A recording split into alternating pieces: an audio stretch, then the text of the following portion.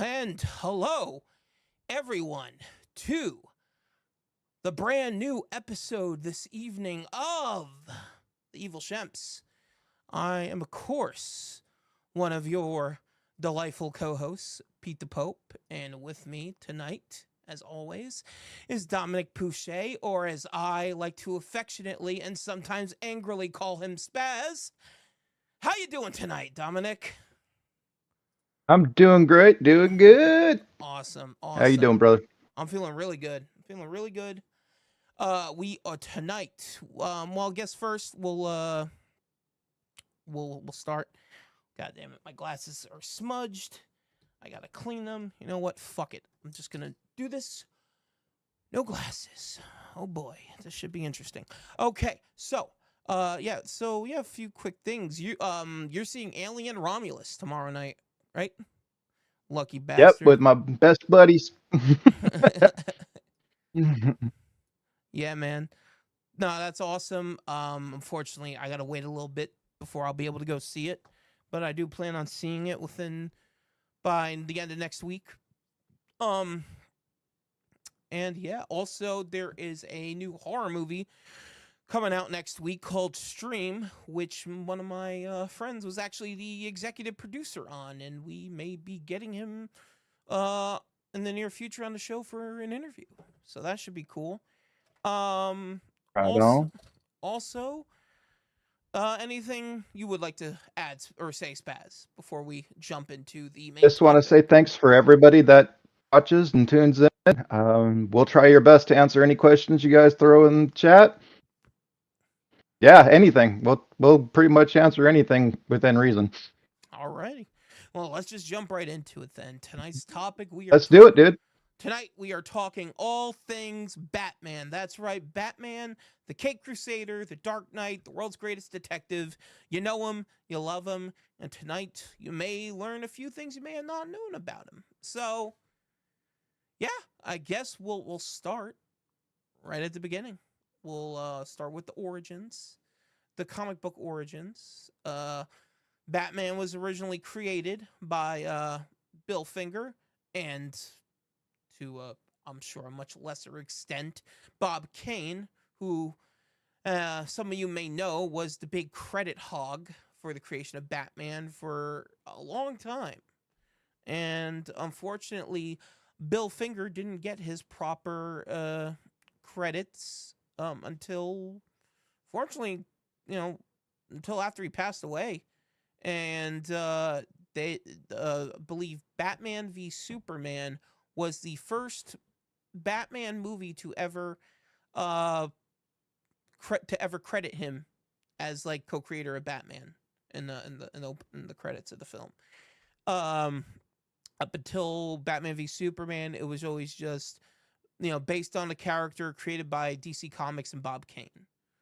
Um, Now there's a lot of history there with Bob Kane, him, but basically it all just boils down to him being a big fucking credit hog and just constantly stealing the spotlight, always pushing himself out there more and more. Hey, I made Batman. I made Batman. I made Batman.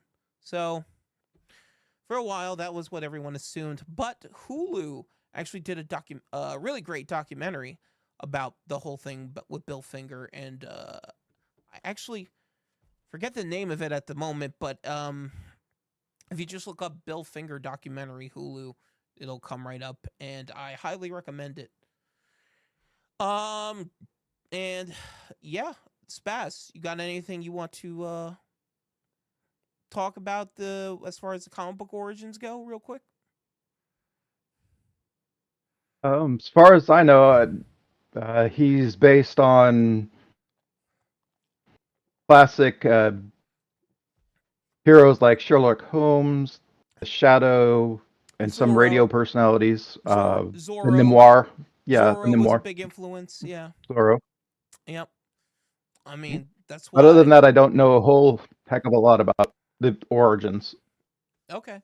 Well, yeah, no, obviously he was created during that time when a Mhm. lot of radio serial characters were becoming very popular, and there was a lot of those pulp novels that were featuring those characters at the time as well.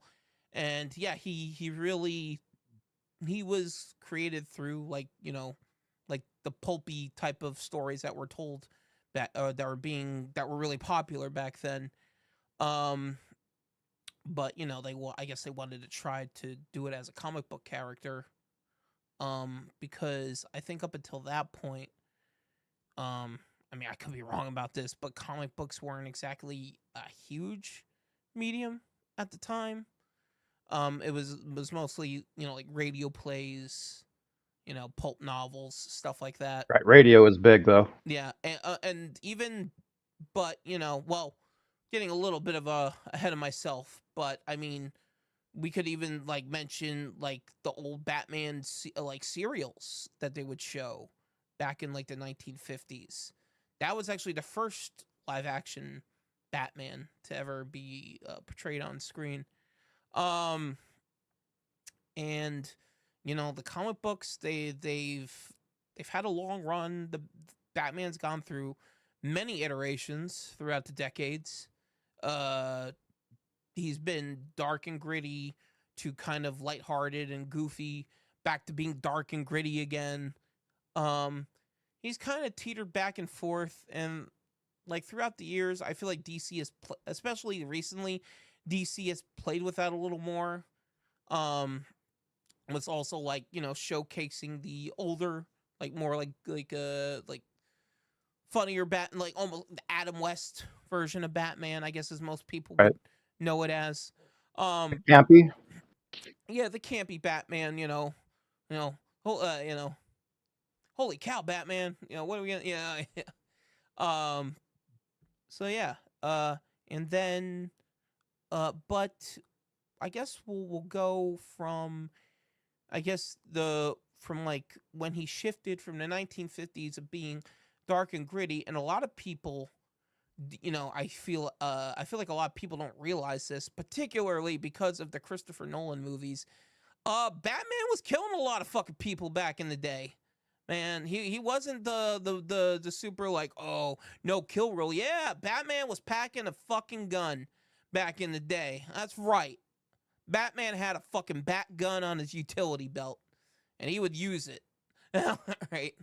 It wasn't just there for show, and it wasn't his Gatling gun either. um, but yeah, so I mean, there's been several cases in the comics where Batman has really like really kind of really killed people. Like there was one instance where he hung a guy from the Batwing, and as he's flying the Batwing, the guy's like hanging from like a cable, like being hanged from the Batwing. So there are many cases in the older version of Batman that were, yeah, he was pretty brutal. Um, but later on, I think during early mid 60s, he he began they began making him campier in the comics. Uh he was becoming more campier, and the stories were becoming more goofier and a little more cartoonish. And that was during the time where they created the character Batmite, which was kind of like this little interdimensional imp that would just show up and fuck with Batman, and just like turn shit, make he would alter reality in crazy and goofy ways just to mess with Batman. And he wasn't trying to be mean or mouse anything. He was just looking to have fun with the guy. He was just like, hey, this guy seems like, and he calls himself Batmite because he dons the costume of Batman, and like in respect for him, out of respect Interesting. for him. So he's just like, he just wants to have fun with the guy. But of course, Batman, he doesn't really want to deal with all that crazy shit. Well, I mean, unless he's I didn't beaten. know that. Yeah. And so that, I guess, now we'll touch on for a moment the Adam West series, which reflected that era of the Batman comics where he became campier and everything. And I feel like that version of Batman with Adam West is iconic in its own right. Uh because I mean, yeah, I mean, I grew up watching it. I'm sure you did, Dominic. If you would like to Oh add yeah. anything about that, go ahead. Well, we had the Saturday morning cartoons and Saturday morning Batman. Sometimes Yep. Speed Racer, but that was odd because we usually had like Voltron and Speed Racer. But yeah, Batman was a big part of the Saturday morning Oh yeah. family Um. hour or whatever for Right. when I was a little boy. Yeah. Yeah. I remember watching reruns of it um FX and Nick at Night.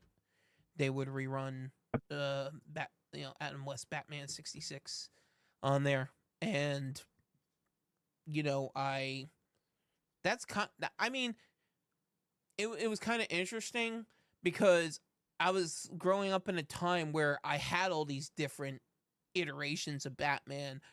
Like, I had the comics, I had the Adam West show, I had, Batman 89, I had, Batman the animated series. I had all these different versions of Batman at the same time, and I was consuming all of it.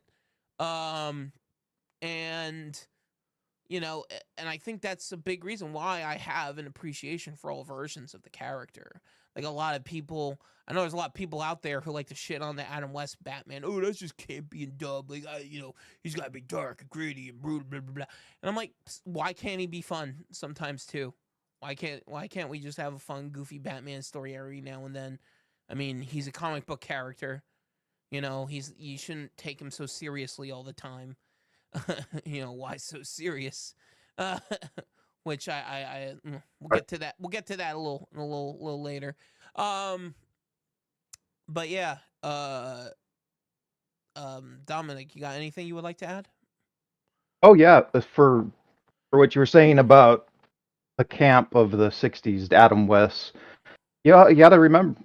I don't know if you got to remember or whatever, but I personally love the over the top rogues gallery that they had. Oh Burgess yeah, Meredith comes to mind as the Penguin. My favorite character in Batman uh, was always Burgess Meredith. Always loved right. to see what Penguin was going to do. Well, that's absolutely something we should that what we're definitely going to touch on right now is Mhm. I think a lot of people consider Batman's Rogue Gallery to be one of, if not the best Rogues Gallery in comic books. Um, I argue and that. and I would argue that the only one to really rival that would be Spider-Man's Rogue Gallery. I say they're just as interesting and intricate. Um, but Batman's definitely got his work cut out for him with his with the people he's got to deal with. Um, and yeah, they're all iconic. I can't. I mean, sure, there's a few really obscure ones out there, but I mean, everyone knows Two Face. Everyone knows the Penguin. Everyone knows the Joker. Everyone knows Clayface. You know, um, the big hitter. Everyone knows the Riddler. Um, the big ones, the big names, the ones that have really stuck and became icons in their own right. Um, so yeah. Anything else you want to touch on with the villains? Yeah, you were touching on that Batman had a gun in the original few series, and then they went to a code of killing. Do you want to go into why he had it suddenly got a code against killing? What coming from this noir background where the Shadow used a pistol, and so did a few of the Dick Tracy used a pistol, and so many others. I think even the Phantom used a pistol at one time, dual pistols. Yeah, I'm pretty sure. Yeah. Well, I mean, it all came from his emotional anchor, which would be Dick Grayson, the Richard Grayson. Excuse me, the first Robin. And it was really when he saw the tragedy that Dick Grayson went through, and he he felt for him because he saw he went through the same tragedy he did. He Dick Grayson lost both his parents, just like Bruce Wayne, at such a young age. So he felt compelled to help him and take him in. And, he was trying to help Dick Grayson by being Batman, but Dick Grayson didn't, at that time, didn't need Batman. He needed Bruce Wayne. He needed a father. He needed somewhere to be there for him, not someone who was just going to go out there and beat up the bad guys who killed his parents. And Right. a lot of that came, and that story is actually told very beautifully in the Batman animated series. They streamline and adapt that story. And yeah, it's and obviously Dick Grayson is not the only, he's the first but not the only Robin. There's a lot of Robins. I mean, I guess we could go through the Robins for a moment. Sure. Obviously, like I said, got the original Dick Grayson, who eventually he kind of just got tired of dealing with Batman not being willing to open up and be more of like a father figure towards him. He said, fuck this, and he joined the Teen Titans. And after a little while with the Teen Titans, he was just like, I'm not even gonna don the Robin the Robin costume anymore. Fuck that, I'm Nightwing now, bitch. And became, in my opinion, a great vigilante superhero in his own right. But of course, then Batman took on another protege. One with the took on the protege, Jason Todd, who I'm sure a lot of people out there know, was the one who gets killed by the Joker, and then comes back, gets brought back to life, and comes back as the Red Hood. He's probably, in my opinion, probably the second most well known Robin, because of the whole resurgence of him Red Hood coming angle. back. But yeah, the resurgence of him coming back as the Red Hood. But then, after him, there was Tim Drake, who also donned the Robin costume for a while and became his Robin. And then, for a brief time, Tim Drake's girlfriend becomes Robin for a little bit. But I forget her name at the moment. But then she ends up getting kidnapped and killed by Black Mask, so she doesn't last very long either. And then after that, we finally come to Bruce Wayne's son, Damian Wayne. As far as I know, the latest Robin, I am a little behind as far as like the current comics go. Like I said, I stopped reading a little bit after. I didn't quite finish Rebirth, but I got pretty far into it. Yeah, so, and of course there's the Robin from The Dark Knight Returns. Carrie, hold on, I always blank on her last name. Give me a second here. Batman. Yep.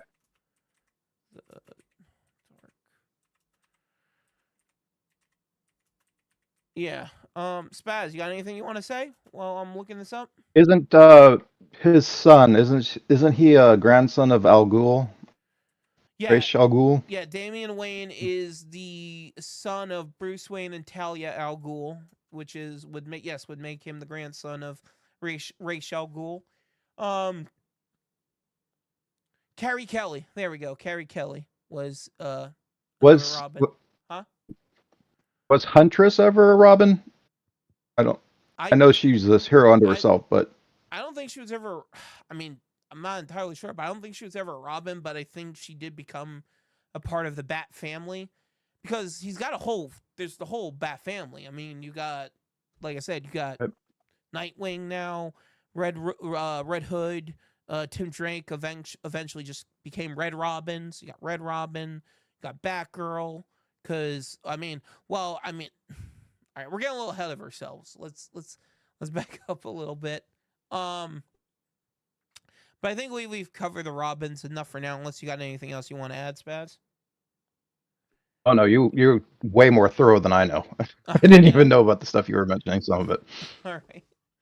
All right. Well then, I guess we can move along to the 70s, where the comics actually started becoming darker and grittier again, and Batman was really going back to his roots. And then, of course, the 80s would come, and Grant Morrison, Frank Miller would write probably one of the most popular pieces, probably one of the most popular Batman stories ever, The Dark Knight Returns, which really brought the darker version of Batman to like the public's eye. Because yeah, he was getting grittier in the comics before that, but as far as the public was, as far as the mainstream public knew back then, Batman was, you know, goofy, campy Adam West Batman. So, you know, I guess, you know, I think Tim Burton at the time had read Dark Knight Returns or The Killing Joke, because The Killing Joke was another seminal piece of Batman history written by Alan Moore, and he that was also the, you know, a very dark take for Batman. And yeah, it came out, the Batman The Killing Joke came out in 1988, the year before Batman 89, of course, before the movie came out, the Michael Keaton movie. Right. So when they made Batman 89, they really wanted to reintroduce Batman to the public, to the masses. They were like, okay, the masses, they all just assume Batman is campy, goofy Adam West, kind of like campy, goofy character based on Adam West's version of him.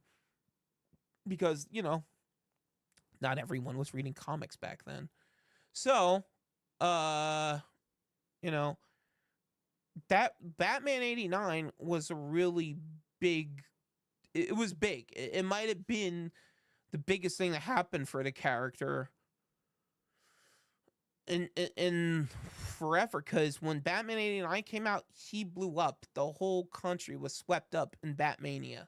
Like, you couldn't walk out of your house without seeing at least 5 people wearing a Batman logo t-shirt. I mean, come on, Spaz. I know you got a lot of history behind that.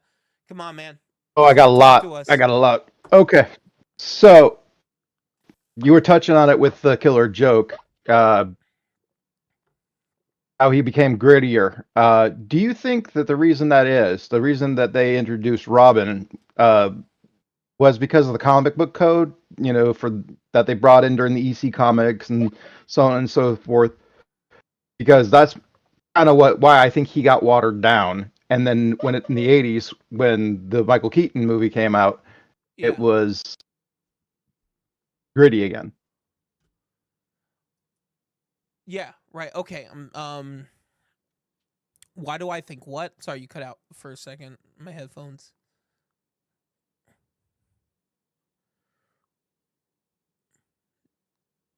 What? Hello?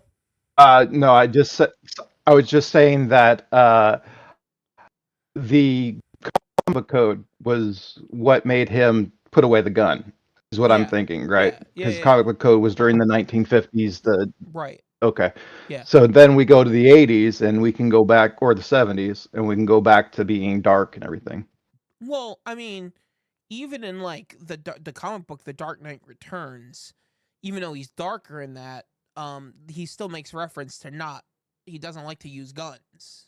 Like, he calls them noisy and you know, he calls them noisy and clunky, you know, inaccurate. He doesn't, even in that version back in the 80s, he didn't, even though they were, like I said, they were reintroducing a darker version of Batman again, even then, back then, he didn't want to use guns. So Right. I mean, yeah, really. I was So just been informed that Batman went through several costume changes through the 70s and 80s with lots and lots of pouches throughout the 70s and 80s on his costume.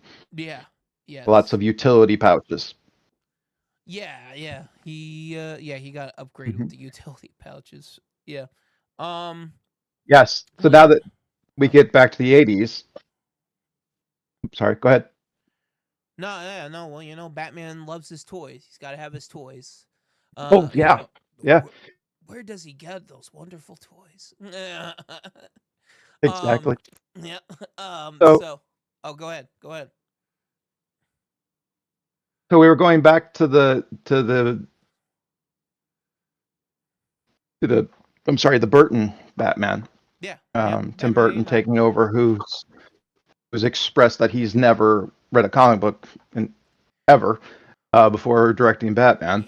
It's funny he says But that. Is he says that, but then he's quoted on like the cover of the Batman: The Killing Joke, saying it's like the best comic book he's ever read, or Mhm. whatever.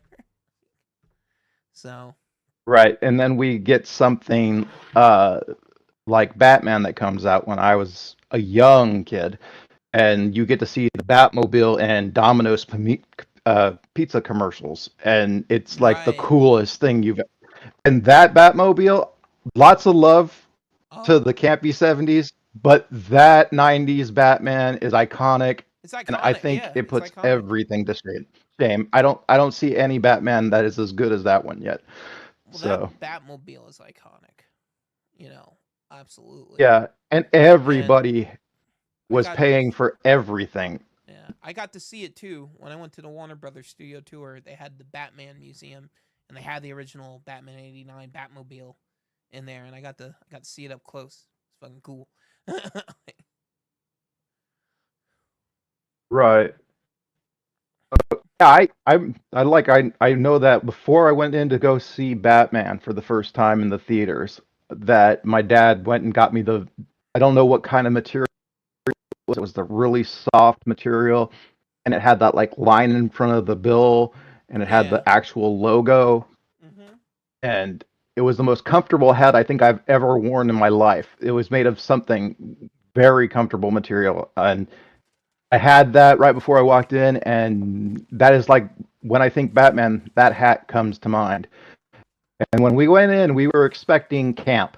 We were expecting Michael Keaton to ham it up and do like he did in his earlier films, where he played the insane characters and stuff. And when he played Batman, it just blew the socks off of everybody, in my opinion. I Well, one of the I big can't think of a role where he was that dark. well, I heard like one of the big criticisms at the time was because before that, I think his movie, the movie that he did before that was Mr. Mom, or after Yes. Beetlejuice, he did Mr. Mom. So like a lot of people were like, Hmm. "Oh God, Mr. Mom's gonna play Batman." Like, Yeah. Adam West wanted to play it, and it was like Adam was just too old and out of shape, and he was whining that he didn't get to play Batman, and right, they were right. talking about how nobody could take Adam West's place. And I didn't know, I knew of Adam West as Batman, and I grew up watching him, but I was still young when Michael Keaton put on the cowl and became my favorite Batman. So Oh yeah, yeah. I have a lot of love for Michael Keaton. Matter of fact, the only reason I saw the Flash movie was to see Michael Keaton again in the cowl. He was the best thing in the Flash movie. Mhm. um, yeah, no, he definitely made that movie worth watching. um, yeah, no, I mean, like I said, I grew up. I mean, I was born in '88, so I was only like Mhm. probably over. Excuse me, I was probably only like over a year old when Batman '89 came out. So like, I obviously I didn't see it in the theater. I was unless, like I said, unless my mom or dad went with me as a little baby and just held me in the theater while watching Batman '89. Um, Right. and I always I always press my mom on that stuff. I'm like, when I talk about cool movies from like '88 or '89, I'm like, did you ever see that? Did you bring me in and see it when I was a little baby? Man, like I just don't, obviously I just don't remember. She's like, no, I'm like I was like, man, Pumpkinhead came out like a couple months after I was born. Did you go see Pumpkinhead with me as a baby? in the theater, you know. It's like, no. Man, it would just been cool to know, like, I was just in that theater, like, when that movie came out, like, even as a baby, you know. Oh man, the music hits you like Superman's music hit you from the I 1970s, mean that Christopher Danny, Reeve. That it just, damn. I mean that Danny Elfman score is probably Hmm. the best Batman theme ever. I don't think any other Batman theme has even come close to the original Danny Elfman theme. That he knew he was he I mean, yeah, we got to touch on Danny Elfman for a minute because that Hmm. I mean, it was so iconic they used it for the opening theme for the animated series as well.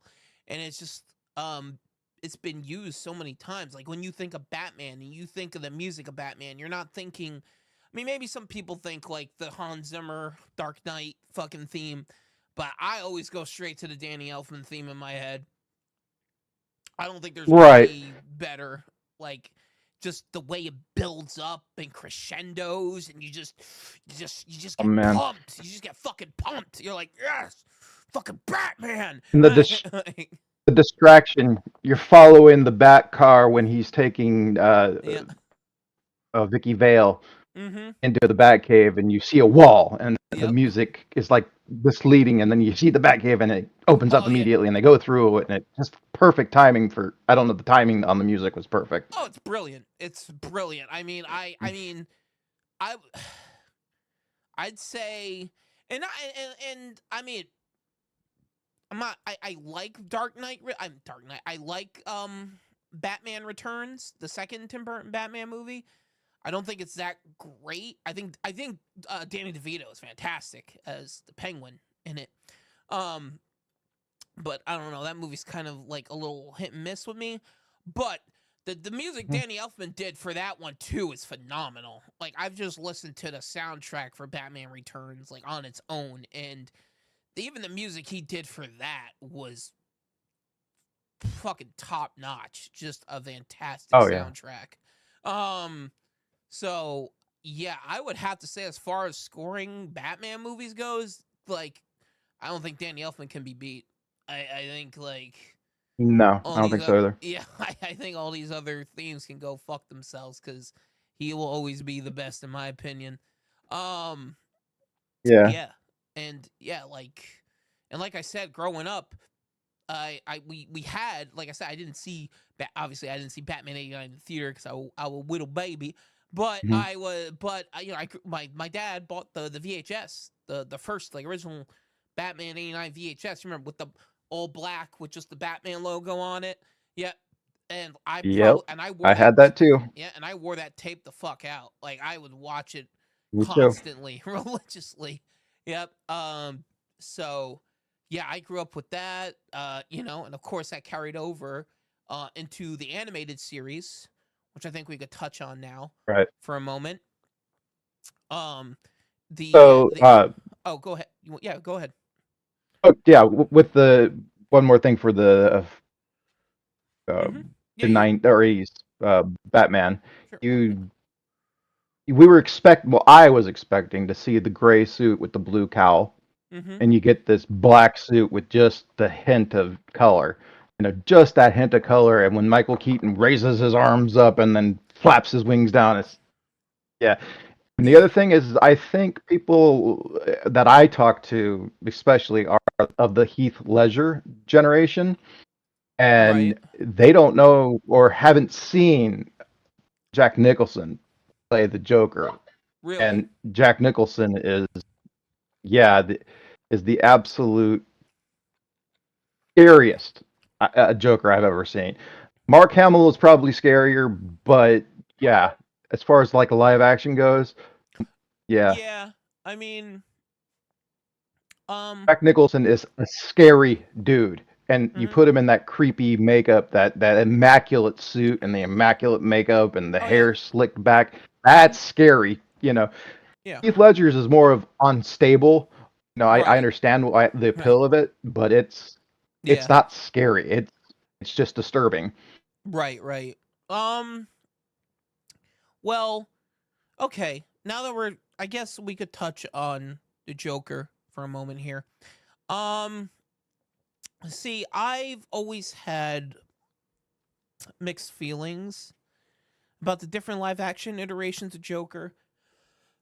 I always feel like we've never gotten the full proper Joker as far as the comic books go.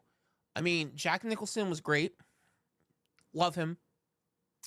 Um I really enjoyed Heath Ledger's Joker in its own right.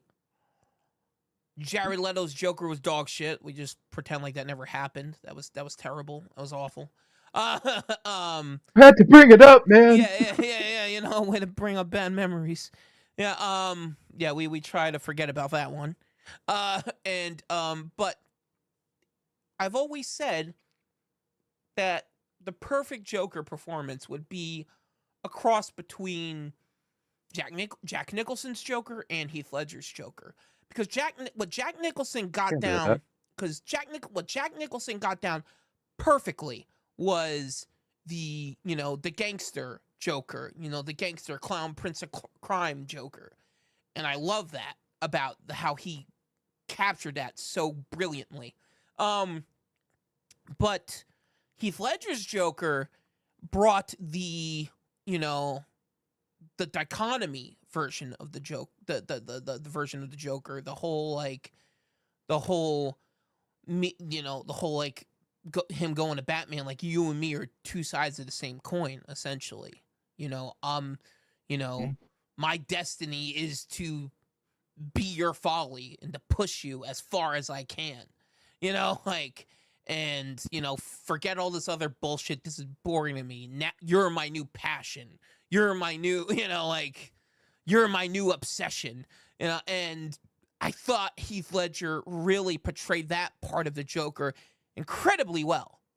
And because that is a part of the Joker. See, my problem with Jack Nicholson and Heath Ledger is they're both just two parts of a whole. They're like, if they could just combine those two pieces, I think we would have the perfect Joker performance. Now, with all this being said, I would be amiss to not mention Jeremiah on Gotham. Now, I don't know, did you watch Gotham, Spaz? Yes, I did. Yes, I did. I watched the first season of Gotham all the way through. Only the first season? Okay. Yeah, only the first season. Okay. Well, I mean, Gotham wasn't the best show. It had a lot of hits and it had a lot of misses. But okay, well, I guess I'll start with saying that, like, there was like a character rights issue. Warner Brothers DC, they licensed the IP to Fox to produce Gotham, but there were stipulations. They weren't allowed to use certain characters, and one of those characters that they weren't technically allowed to use was the Joker. And it makes sense now. Yeah. So, of course, they wanted their version of the Joker. They wanted that in the show. So they tried to figure out a workaround. And that workaround ended up being Jeremiah.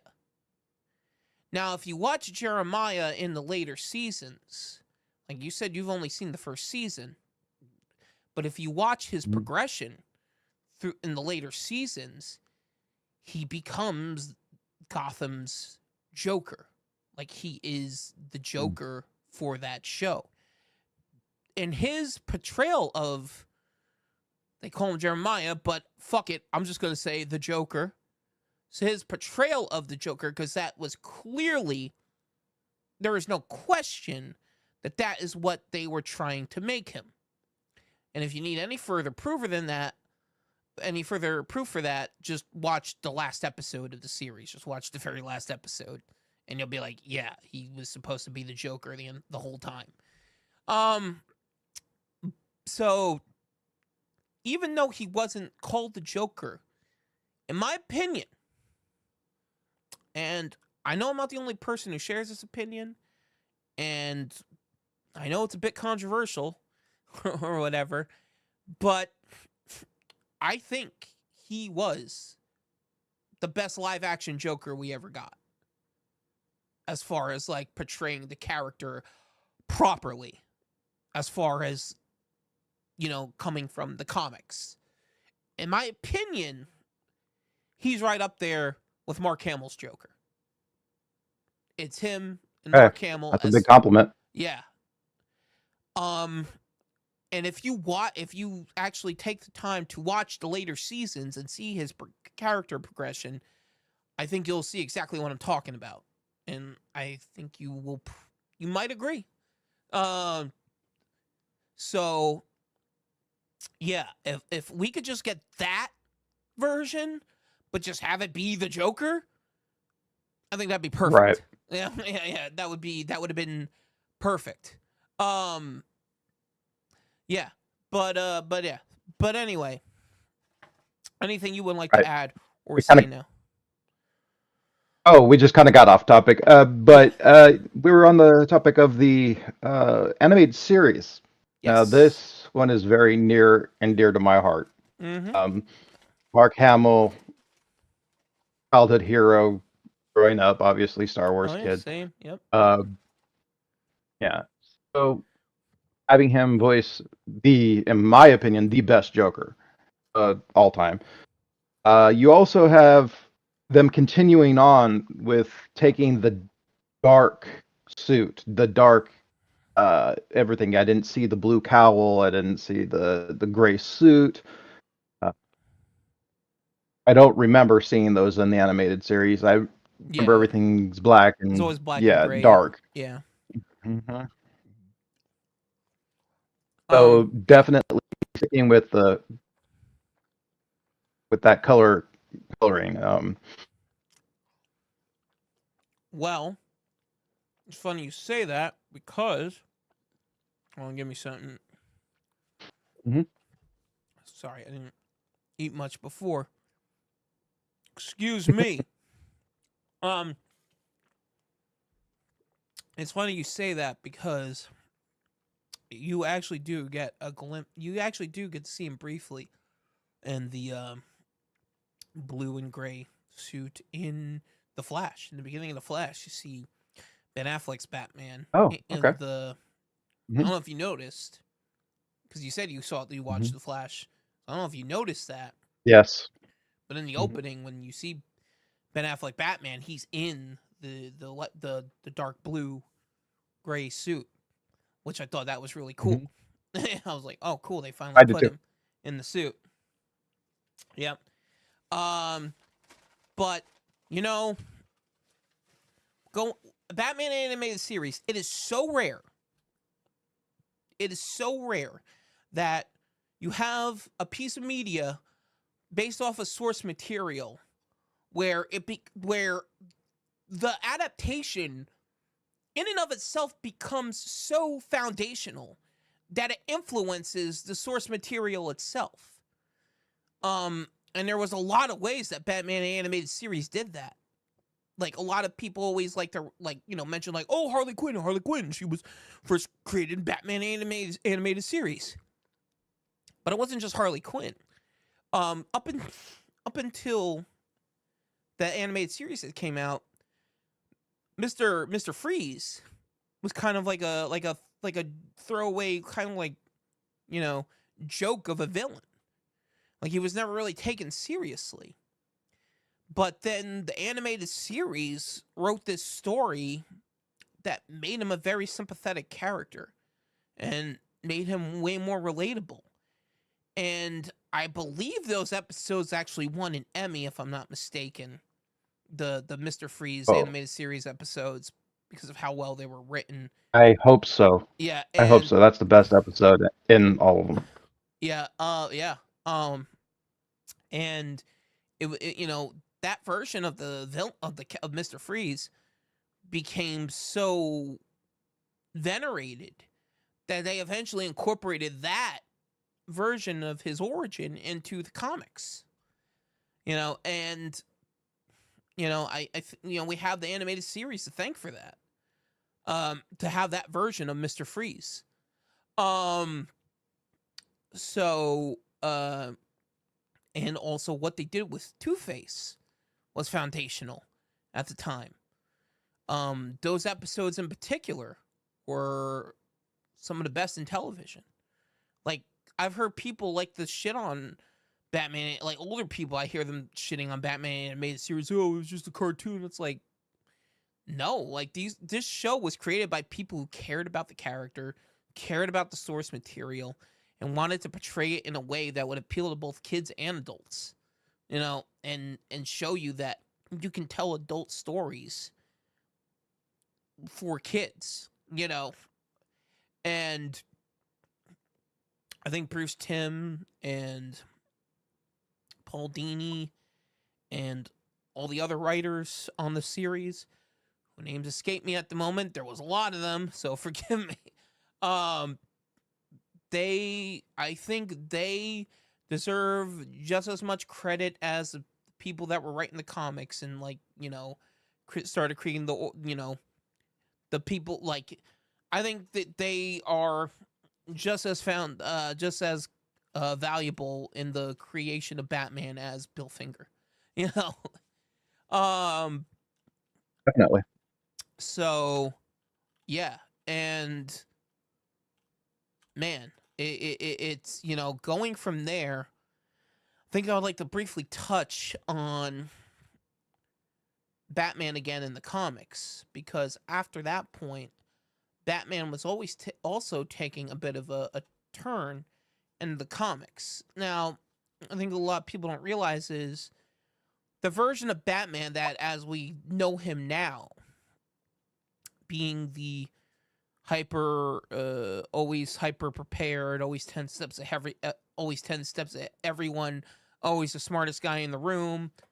That version of Batman, not that he wasn't portrayed as like incredibly intelligent in the comics before, but he really came into that version once Grant Morrison started writing his Justice League run back in the 90s. And because that version of Batman was like, because up until that point, Batman had only really been, I mean, yeah, he was in the Justice League before that, even back in the old comics, back in the old DC Justice League comics. But that was the time where they really portrayed Batman as the guy who could always outsmart anyone, could always topple any villain, no matter how big, no matter how small. Always had a contingency plan, always knew, and we have Grant Morrison to thank for that as well, because he really brought, and that version of Batman also then later carried on into the Justice League animated series, which was a continuation of the animated universe of Batman, that version of Batman from the animated series, because it was the same voice actor. Kevin Conroy came back to do Batman in the Justice League animated series as well. And I think we'd be amiss once again to not bring up the great Kevin Conroy, who, in my opinion, is Rest in peace. the best Bat. Yes, rest in peace. He is the best Batman. He will always be my Batman. Every time I read a Batman comic book, I would always hear his Batman voice in my head. He to me is and always will be the definitive Batman. And he was probably the most prolific actor as far as Batman content goes, because he was doing everything. He was doing the anime series, he was doing the other spin-off, animated shows, he was doing video games. I mean, he voiced Batman not just in he voiced Batman like the older video games from like the PS2, GameCube era, and then all the way into the Arkham series. Arkham Asylum, Arkham City, and Arkham Knight. And yeah, he will be sorely missed. R.I.P. to a legend. But now that we touched on all of that, Dominic, do you have anything you'd like to add? What do Oh you think? yeah, one of our listeners has told me that the episode was called Sub-Zero. The Freeze episode based on the PSA episode. Um, the other Cool. thing that maybe we can mention is that Batman always had villains that the other super. I don't know. Maybe this is my opinion, but Batman villains are smart and emotional. They all Yes. have. It's not just a I'm a big strong. I'm Right. hate to bring this one. Let's see, Doomsday. They're not a Doomsday Yeah. where you're just big, strong. Grr smash. Right. They Right. are emotional. You feel something, and even Batman sometimes doesn't want to fight his opponents. Yeah. He's Feels reluctant. sorry for them and wants to work. Even with my favorite, which is Two-Face is my favorite of all the Batman villains because he's good and bad, and he's friends with Batman and hates Batman. Well, So that's because he that was. dynamic alone is my favorite. Well, that's because they were friends before he becomes Two Face. He was Hmm. friends with Bruce Wayne as Right. Harvey Dent, and yeah, like Bruce Wayne feels compelled to Yeah, help and him. You know. I know everybody loves the Joker too because Joker is the opposite side of the coin of Batman. Mm-hmm. And where he's flamboyant and loud and joking, and Batman is none of those things. So Well, I mean, when you really break it down, Joker represents chaos and Batman represents order. So it's like, order versus chaos.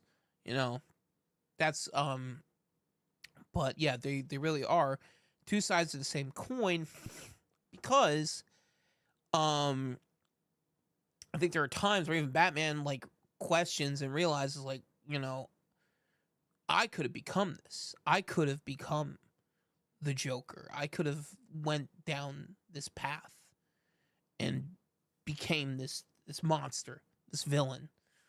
Um but he chose to, fight the evil, fight the bad. But of course, the one of the fun things they often like to play with in the comics and in the show, the animated shows, the series and stuff is this really Batman? Like, how much of this is on Batman? Would all of these costume villains pop up from all over the place in Gotham if if Batman wasn't antagonizing them, if they didn't feel like they had to go push themselves to that point to combat Batman, you know? Um so that's an interesting concept that's often played with is how much good does Batman actually do in Gotham? You know, is he doing is he doing, right by Gotham, or is he unintentionally making it worse? That's often a theme that's played with as well. Anything you like to add, Spaz?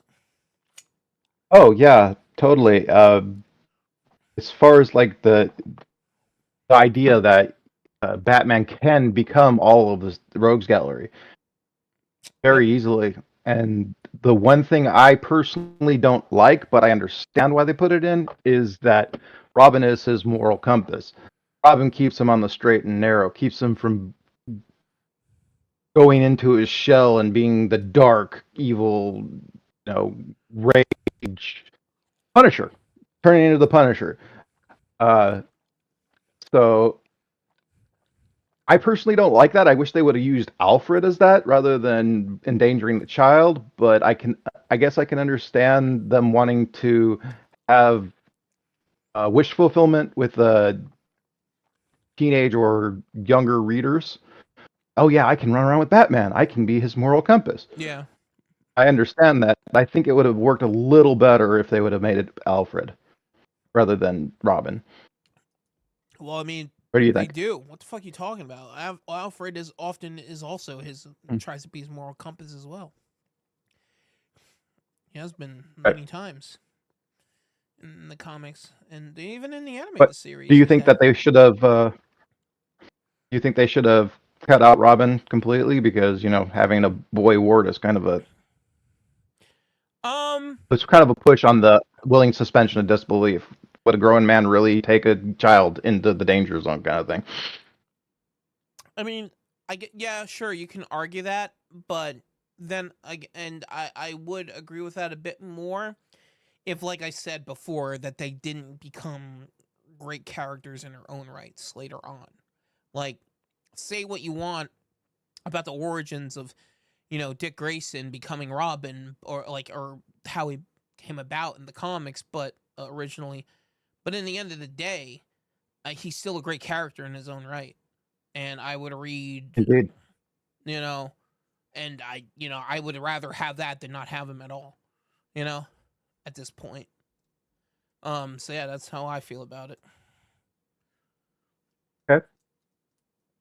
So maybe we should touch on the thing that everybody loves about Batman. We haven't brought up one of the reasons that he's everybody's favorite. What's that? For most time that I talk to somebody, why is Batman your favorite superhero? Because he's a normal guy. He's a normal human being. He's not a super. He's not a what do they call him now? Mega human or what are they called now in the Metahuman, whatever. metahumans? Yeah. Thank you, metahumans. Yeah. That is a cool aspect about him, but I also think the argument could be made that he is superhuman to the point to where he pushes himself to the absolute limit that even over the limit of what a human being is capable of. So he's the best human being, which, in my opinion, in and of itself, makes him superhuman. It's like, Yeah, you can argue that. yeah, because he is at the peak of, human refinement and ability, which, a lot of people would argue is damn near impossible for most people, so it's like, to have that ability to have all of that knowledge, to have that level of intelligence and that level of fighting skill, of acrobatics, of knowledge of science and weaponry, inventing all these gadgets that he has, all these things. It's to the point where I think it's on the level of being superhuman, because it's beyond what I think any other human being would be capable of. Yeah, any other normal human being would be capable of, So I don't always necessarily agree with that statement when people say that. I think an argument could, because again, I will reiterate, Batman is a comic book character. He's not supposed to be realistic. Exactly. He's a comic book character. So I think now, with that being said, I think that'll be a fun segue into talking about the sequels and the later Batman films. But before we get into the big trilogy, the one that everyone loves to suck off, I think first we're gonna touch on the 90s sequels. I know before we briefly mentioned Batman Returns with Danny DeVito's Penguin, which again is fantastic. One of my favorites. He's the best thing in that movie. He's the best part of that movie. He's so iconic. Although I have to say, Christopher Walken was great in that movie too. I loved Christopher Walken in that movie. Yeah, Max Shrek. Yeah, he was fun. Yeah. Gotta give Walken his props, man. He's good. Yeah, no, he's fun in it. And God, I know I hate myself right now but forgetting the actress's name, but the actress who played Catwoman in it. Michelle Pfeiffer. Michelle Pfeiffer, thank you. I mean, come on. I mean that you know what I'm saying? Now that's the pussy I was looking for. You know, like come on. Fucking come on, girl, give me, whip me up all night. But anyway, anyway, getting back on track here. Yeah, a cool, interesting tidbit fact about Danny DeVito playing the Penguin. You remember how in the movie he kept like having like spitting up like that black bile and stuff, and that was actually his idea. That was Danny DeVito's idea, because when they had the makeup on him, and they gave him like the prosthetic teeth as well. The when he would be talking, delivering his lines with the prosthetic teeth in, it would make him spit up saliva a lot, just because how they were placed in his mouth, and how, with him talking, it would make him spit a lot. So he said, well, if this is gonna keep happening, why don't give me like some like black stuff that I could put in my mouth or something, so I got like black bile coming out of my mouth all the time, I could be incorporated. So that was actually his idea to do that in the movie. Yeah, so that was great. And then, anything else you like to touch on with that? Question about continuity. Okay. Yeah. So we're going back. Batman started out being the self-taught scholar, a la Sherlock Holmes, Right. where he and Robin worked in their own private, bat cave, master everything by themselves. And then we have the League of Shadows angles. When did the League of Shadows come into play? I personally don't know much about that particular part of Batman. I know the League of Shadows is big now, but I don't remember it mentioned very much when I was younger. The League of Shadows. So I don't know if that was newer or older. I thought we were talking about yes. We are, but what I'm saying is we were talking about how he can beat anyone, and always has a contingency plan and all that stuff.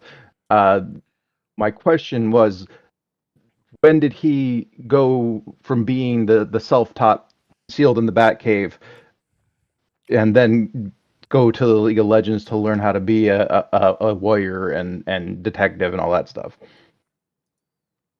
League of Legends? I mean, League of Shadows? I mean, League of Shadows. Excuse me, League of Shadows. Well, here's the thing about that. That's only in the Christopher Nolan movie. That's not in the fucking comics, Spaz. Oh, okay. Well, that's something I didn't know. That's why I was wondering, because I never heard of anything like that happening.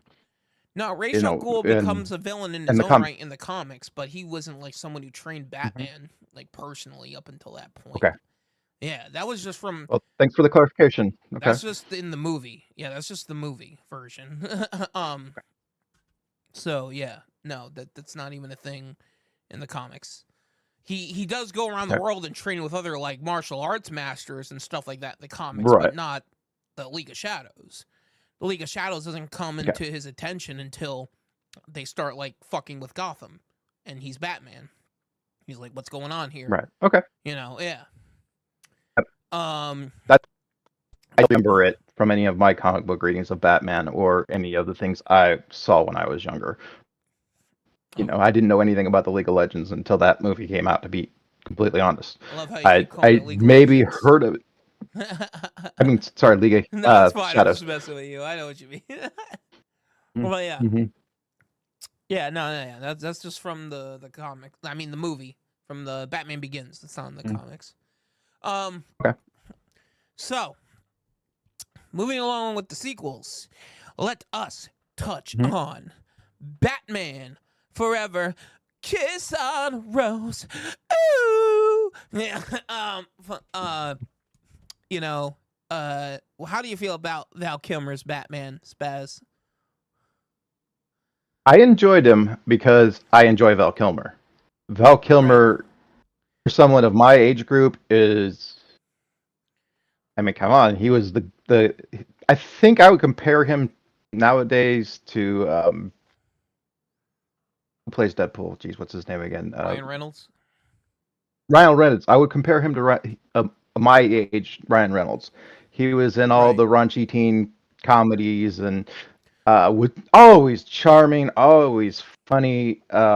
Even in Batman, he's funny, and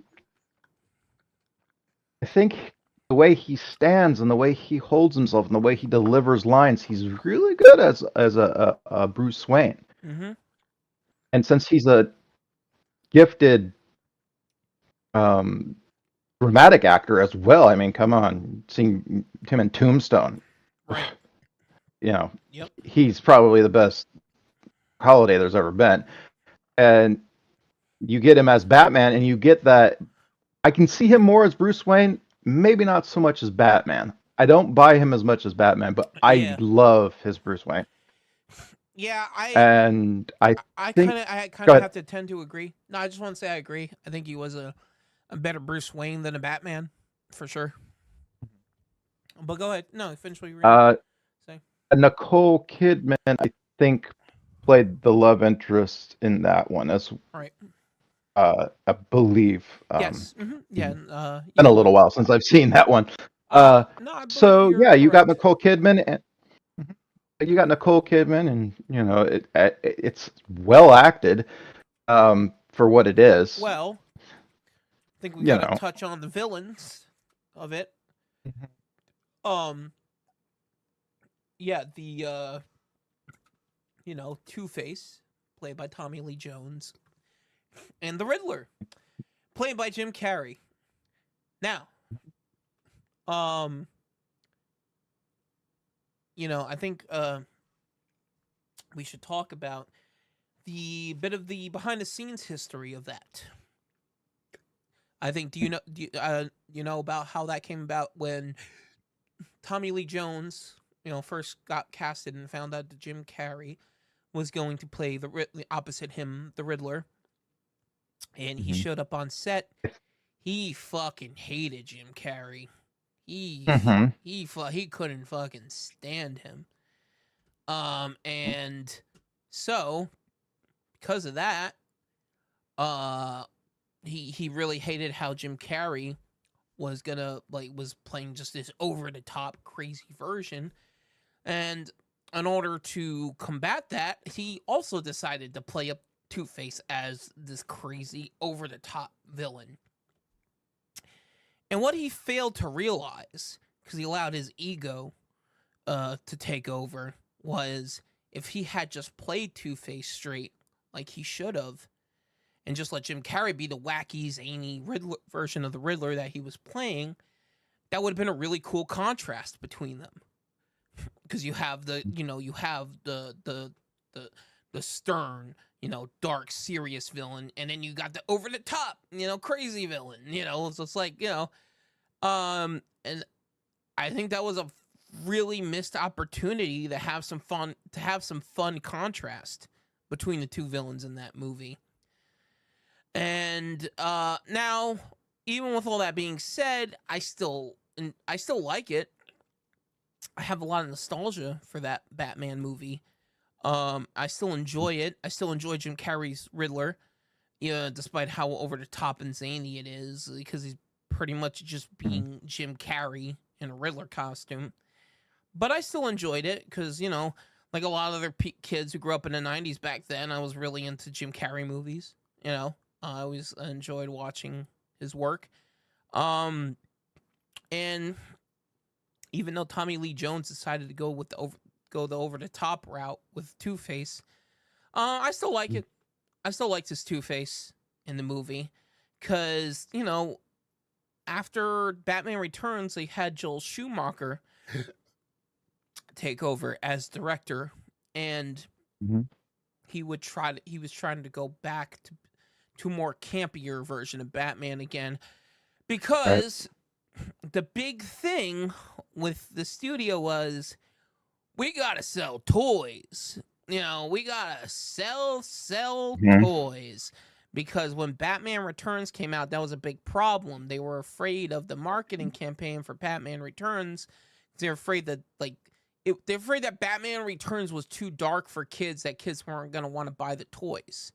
You know, there was that whole controversy with the McDonald's tie-in Happy Meal toys at the time for Batman Returns. And so, you know, the studio was like, well, I think we should go with a lighter version of Batman again this time so we can sell them toys. You know, so I think that's why they went with the lesser, darker version of Batman with Batman Returns. And then the sequel that came after that, one Batman movie from that era that I did get to see in the theater as a kid. I remember seeing it. Batman and Robin with you know, arguably one of the worst, but at the same time one of the best villain roles in you know, Mr. Freeze, as played by Arnold Schwarzenegger.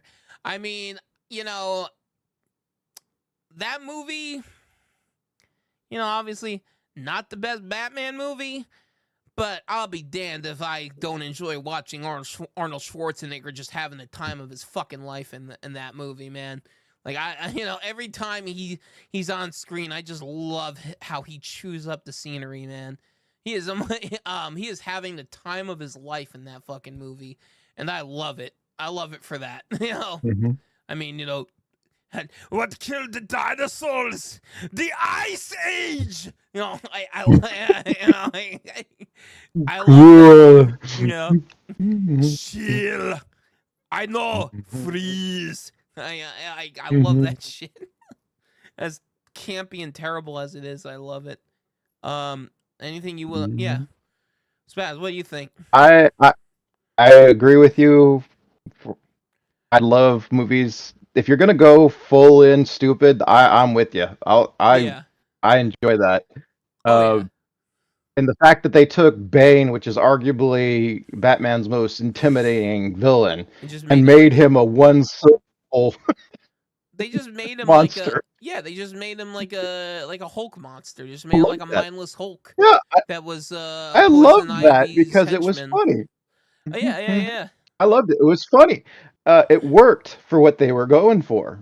You know, it's like they weren't going to make this a dark movie. They weren't going to make it, you know. Well, once again, they weren't going to be close to any of the comic books. But once again, they were trying to sell them toys. We gotta sell them toys. Yeah, no, exactly. Sorry, I didn't mean to interrupt you. Put that in the category. No problem. If you were to put that and rather than classify it as a comic book movie, but put that in a comedy, if you would have labeled that as the new Batman comedy, it would have worked perfectly. Oh yeah, absolutely. Yeah. Oh, it would have been great. But you know, I even liked Uma Thurman in it as Poison Ivy. Oh, yeah. You know, she was a much different version of Poison Ivy, in my opinion. But like you said, they were going for over the top, goofy, and it worked for that movie.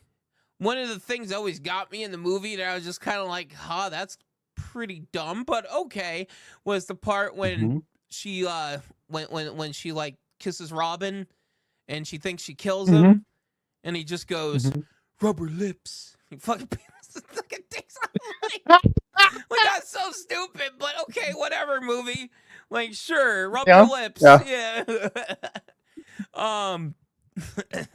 You know. Good thing you didn't open mouth kiss her, Robin. You would have a problem then, huh? Good thing she didn't slip you any tongue there. Yeah. Yeah. So, you know, as dumb and goofy as that was, I can't help but just, and like you said, if you're gonna go dumb, go all the way. You know. So that's right. If you're gonna go dumb, let's go dumb. You know, dare to be stupid. You know. Exactly. You know? Yeah. So, you know, fuck it for that. You know, I'll go right here. I'll go ahead and say it right here and now. I enjoy Batman and Robin for as terrible and campy as it is. I can't help but have fun with it. You know, especially when he I pulls think out it's probably. when he pulls out the Batman credit card. I'm like, yeah. Mhm. uh, Quote value and rewatch value for that movie. oh yeah, You watch it to put you in a better mood, laugh your ass off. yeah, It's not meant to be taken seriously in any sense of the word. yep. I think they tried a little bit with Mr. Freeze because they added that Mm-hmm. beautiful segue from the animated series, Right. and it didn't work in that setting. It could have probably left it out, and like I said this is the first Batman comedy, and it would have Right. worked perfectly. Yep. Yeah. Mhm. You know, yeah, they should have just marketed it as that, as the new Batman Mhm. comedy. Now, since Batman and Robin underperformed at the theater, for DC, Warner Brothers took a break for a while from making new Batman movies. They were like, all right, we're gonna sleep on this for a little bit. And around 2005, we got word of the newest Batman movie that they were working on, Christopher Nolan's Batman Begins. Now, Spaz, would you like to add some commentary on this for a moment? Okay. For me, this particular movie, I like the idea of it. I like the idea of taking. If you're gonna take something serious, do like if you're gonna go silly, go all the way. If you're gonna be serious, be as true to the comic book artist or genre as possible. And I believe they did it in the first one fairly well. Right. Obviously, they didn't pronounce Ra's al Ghul's name correctly. Yeah, they kept calling her Ra's al Ghul the whole time. That annoyed the Roz, fuck yeah, out of me yeah, when I watched the movie. yeah, That and annoyed. Yeah, it's like it's yeah, Raish. and you. Mhm. And for me, I mean, nitpicky. If you want to just get nitpicky, I hate the Nolan Batman voice. Oh yeah, Why like, didn't they just give well, him the freaking modulator? it wasn't And as I don't bad, like the and voice. it wasn't as bad in Batman Begins, but it got a lot worse once The Dark Knight Returns. I mean, The Dark Knight came around. Um, Yeah, why didn't they just get a modulator? If it was yeah, that important for him to sound differently, yeah. modulate his voice. Batman's known for his toys, so He it would sound have been. I don't he sounded like a crack horse. Smoked 3 packs of cigarettes a day. know. Mhm. Hey, what you want, sweetie? Yeah, Yeah. and of course, uh, you know, you just told me about League of Shadows being completely inaccurate in the Yeah. movie, so Yeah. I didn't know that. But now that I know that, that kind of puts a new perspective on this, where it's maybe took things in a new direction. And I love the actors. I mean, the whole cast in Right. that movie, I absolutely adore. I don't think one person was miscast. I don't think Well, my I big can't think of one performance that was bad. Well, I agree. I agree. Everyone Mhm, is giving a top-notch performance in Batman Begins. mhm. My biggest problem with Batman Begins is how they got rid of one of the coolest aspects of Ra's al Ghul. They were trying, because I'm gonna say it right here, right now. My personal opinion, I believe now, as much as I enjoy as much as I like Batman Begins and The Dark Knight, Dark Knight Rises is dog shit. Fuck you, fight me if you disagree. That movie's go. You're dumb. That movie's terrible. Um, you know, Mhm. but as much as I like Batman Begins and Dark Knight, I feel like when they got Christopher Nolan to do his realistic take on Batman, that kind of put this idea into the heads of the mass audiences that Batman needs to be grounded and realistic because he's just a normal human. He's not like, he doesn't have any superpowers or anything. But even though, like as I was saying before, I think an argument could be made that he is at the peak of like the human condition at a superhuman level, But so, and again, I will always reiterate this. Batman is a comic book character. He's not supposed to be realistic, you dumb fucks. Anyway. Yeah. So anyway. I feel like with Christopher Nolan, he really pushed that version of Batman, and that's the version that the mass audiences expect now. Because that's the version, because mass audiences don't read fucking comics. They don't know jack shit about the source material. They just go and see whatever fucking movie comes out, and they're like, ooh, new Batman movie. I'll go see, ooh, that should be good. And then they go see it, and then they think that's Batman. They think that's what Batman is. And yeah. Like, you could tell how fucking passionate and pissed off I'm getting right now talking about it. It's just like, I don't know, man.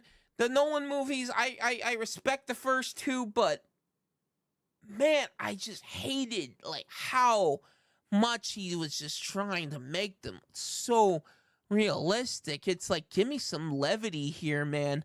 And another thing I'll say too here, Christopher Nolan cannot shoot a fucking action sequence for shit. He couldn't fucking shoot an action sequence to save his fucking career. All right? Like, he is awful at it. He does not know how to frame the shots. He does not know how to portray the choreography properly. He is just dog shit when it comes to filming an action scene. And, you think if you're making a Batman movie, you would want a director who could shoot a fucking action sequence. I don't know. Maybe I'm just an idiot for thinking that. I don't fucking, So, yeah. And I think, like I said, one of the things that I got off course, but going back to what I was originally saying about Liam Neeson's version of Ra's al Ghul, or as they say in the movie, Ra's al Ghul. It's Ra's al Ghul. Fucking his portrayal of him, they got rid of, since they were trying to make this so fucking realistic, they got rid of one of the coolest aspects of Ra's al Ghul, and that is the Lazarus Pit. The pit that keeps rejuvenating him. The thing that keeps him, that has kept him alive for centuries. Because in the comics, and pretty much every other version other than the Batman Begins, every other like iteration of Ra's al Ghul, he's like this warlord that's been alive for centuries. He's essentially, I guess he's not really immortal. He can die if he ages or gets killed, and isn't able to get to the Lazarus Pit. But effectively, he kind of is immortal because of the Lazarus Pit. Right.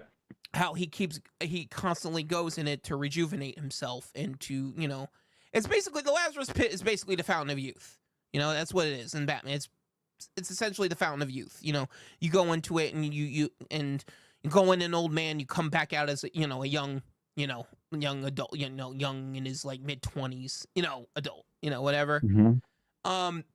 And that's why in the comics and the animated series and stuff like that, Ra's al Ghul is this warlord that has manipulated wars and taken over civilizations all throughout history because he's been alive that long. And that was a really cool thing in the comics, was how Batman was realizing that this, ancient being is now invading Gotham and trying to take it over, Mm-hmm. And he has to figure out a way to stop him, to defeat him. And the other cool, interesting aspect about that is that in the comics, Ra's al Ghul, even without having trained Batman prior, because again, like I said, that's just from the movie, he gains a respect for Batman. He always calls him detective because he sees him as his subtitle, the world's greatest detective, because he has that respect for him. He sees Batman as his equal. He sees Batman as someone that he wants to, take his place. He wants Batman to become. He wants to take Batman as his protege, and and in time he wants him to take his place as the head of the League of Shadows, because to Ra's al Ghul, Batman is the only man that he truly respects and sees as an equal, and to the point where he lets him knock up his daughter. He's like, man, I love you so much, Batman. How you Did I say, tell you I have a daughter your age? let me tell you something. My daughter hot, yeah. Well, guess what? She's all yours, buddy. There you go. That's to the point. Them sweet grandbabies. Yeah. And and it's to the point where even Talia al Ghul becomes like obsessively in love with him. That's why she always refers to him as her beloved. Whenever she refers to him in the comics and the shows, she always refers to him as her beloved. So even though Batman and Ra's al Ghul have this, rivalry against one another, Ra's al Ghul still has this profound respect for him. This deep and profound respect for him. And I always felt like that sucked that they got rid of that in the movie. They got rid of that aspect of him. I feel like they cheapened him in the movie. As great as Liam Neeson's portrayal was of him, again, like I said, I feel like they cheapened the character by taking away those parts of him. But then they also had Scarecrow in there. Anything else you would like to add? I'm sorry, Dominic. Why don't you? Yeah. A couple notes here. You mentioned that Batman, they like the dark. What they know of the Nolan films. They like that aspect. You think that's because of the 007 influence, maybe? Because Batman could draw pretty much a straight line between 007 and Batman. They both have money. They both have skills that could not possibly be by a human being. They're both in physical condition that could not possibly be made by anybody but a superhuman. I mean, that could be a part of it, I guess. I mean, sure, I guess. That's why they want the dark Batman, because it's so close to 007, and he's the American 007. Were you saying because the earlier James Bond films were also campy and over the top and stuff as well? Okay, yeah, exactly. And now they're the dark and gritty, right? Yeah. Right. Okay. And now they're the dark and gritty, Yeah, no, I'm picking up what you're throwing down. I see what you're saying. Yeah. I got you. No, I mean, there could be a correlation there. There could be. I'm not exactly sure. No, I don't really know, how deep that correlation. The box office for. But yeah. The box office for 007. Maybe they want that. You know what I mean? That's why they think the Nolan sells so well. It's because it's so much similar to the dark and gritty new 007 kind of thing. That's just something that popped in my head while you were talking. And one of the other things is came to mind as the Nolan can't shoot action scene worth of crap. But when we get to something like Batman versus Superman, where we have Batfleck, or hang on, we're getting a little ahead of ourselves now. Hold on. Let's not jump too far ahead just yet. We only just covered Batman Begins. We got to touch, at least for a moment, on The Dark Knight, which why don't you start on your thoughts of The Dark Knight?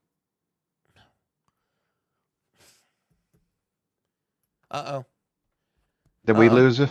Yeah, you're having some technical difficulties. Okay, now I hear you now. I see you now.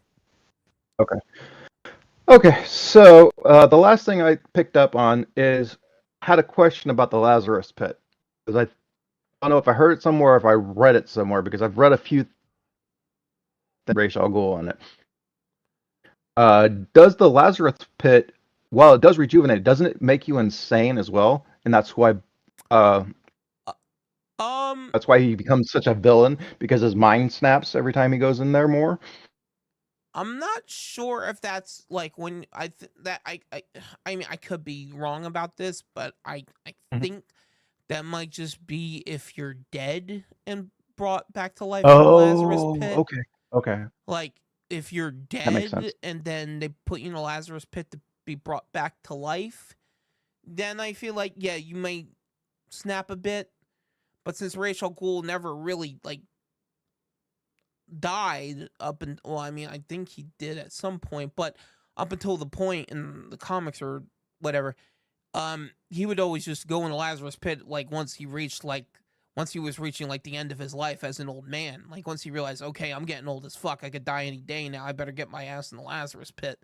You know, like like that was pretty much it. It was like so he would still be alive when he would enter it, but then once they try to bring well, see, this is kind of funny. Um, I'm not as I don't think I'm as knowledgeable on this aspect as I should be, but um, in the because I think what you're referring to a bit is also like the Red Hood when they bring back Jason Todd Okay. with the Lazarus Pit. Is that what you're hmm touching on? No, I'm asking you. I think so. Yeah, I think so because that's where I think I heard it from, where he goes kind Okay. of Well, okay. crazy after they bathe him in the pool. Well, see, here's the issue with that. Now, for all I know, I'm not exactly sure, but this could have changed Mhm. since then in the comics. But originally in the comic book, well, okay, the thing with Jason Todd is he was brought back with the Lazarus Pit in the animated adaptation of Under the Red Hood. But in the comic book, it is a uh-oh. Space. Okay, there we go. Sorry, I All don't right. know what's going on. No, you're back. Okay. But in the comic book version of Under the Red Hood, he Jason Todd is brought back to life through a temporal rift in the DC universe. Like there's a temporal rift that happens. I forget exactly what causes it at the moment, but there's like this thing that happens where this temporal rift is sent throughout the DC universe and it basically like rejuvenates and resurrects Jason Todd through like some weird happenstance. Um so that is originally how he comes back to life in the comic book. So I'm not exactly sure if that is an aspect in the comics. Him, when someone dies and is brought back to life, the Lazarus Pit, they kind of like crack and go insane a bit. I'm not exactly sure if that's a thing in the comics now, but at first, when Jason Todd originally came back, it was not. That was just how they bring him back in the animated adaptation, which I thought was actually a smart move for them to change that in the animated film, because I love the Under the Red Hood, the animated film. Mhm. And I have the comic book.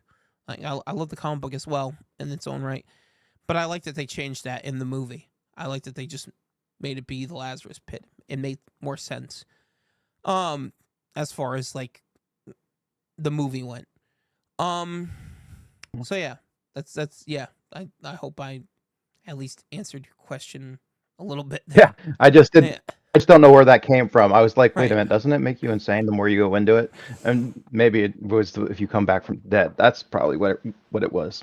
Anyways, But yeah, why yeah. don't you touch on the Dark Knight Sorry. a Yeah. little bit? Yeah. Excuse me. The Dark Knight. Okay. I know this is a lot of people's favorite. It's one of my problem child because I love the script. I love the actors. I hate the costumes.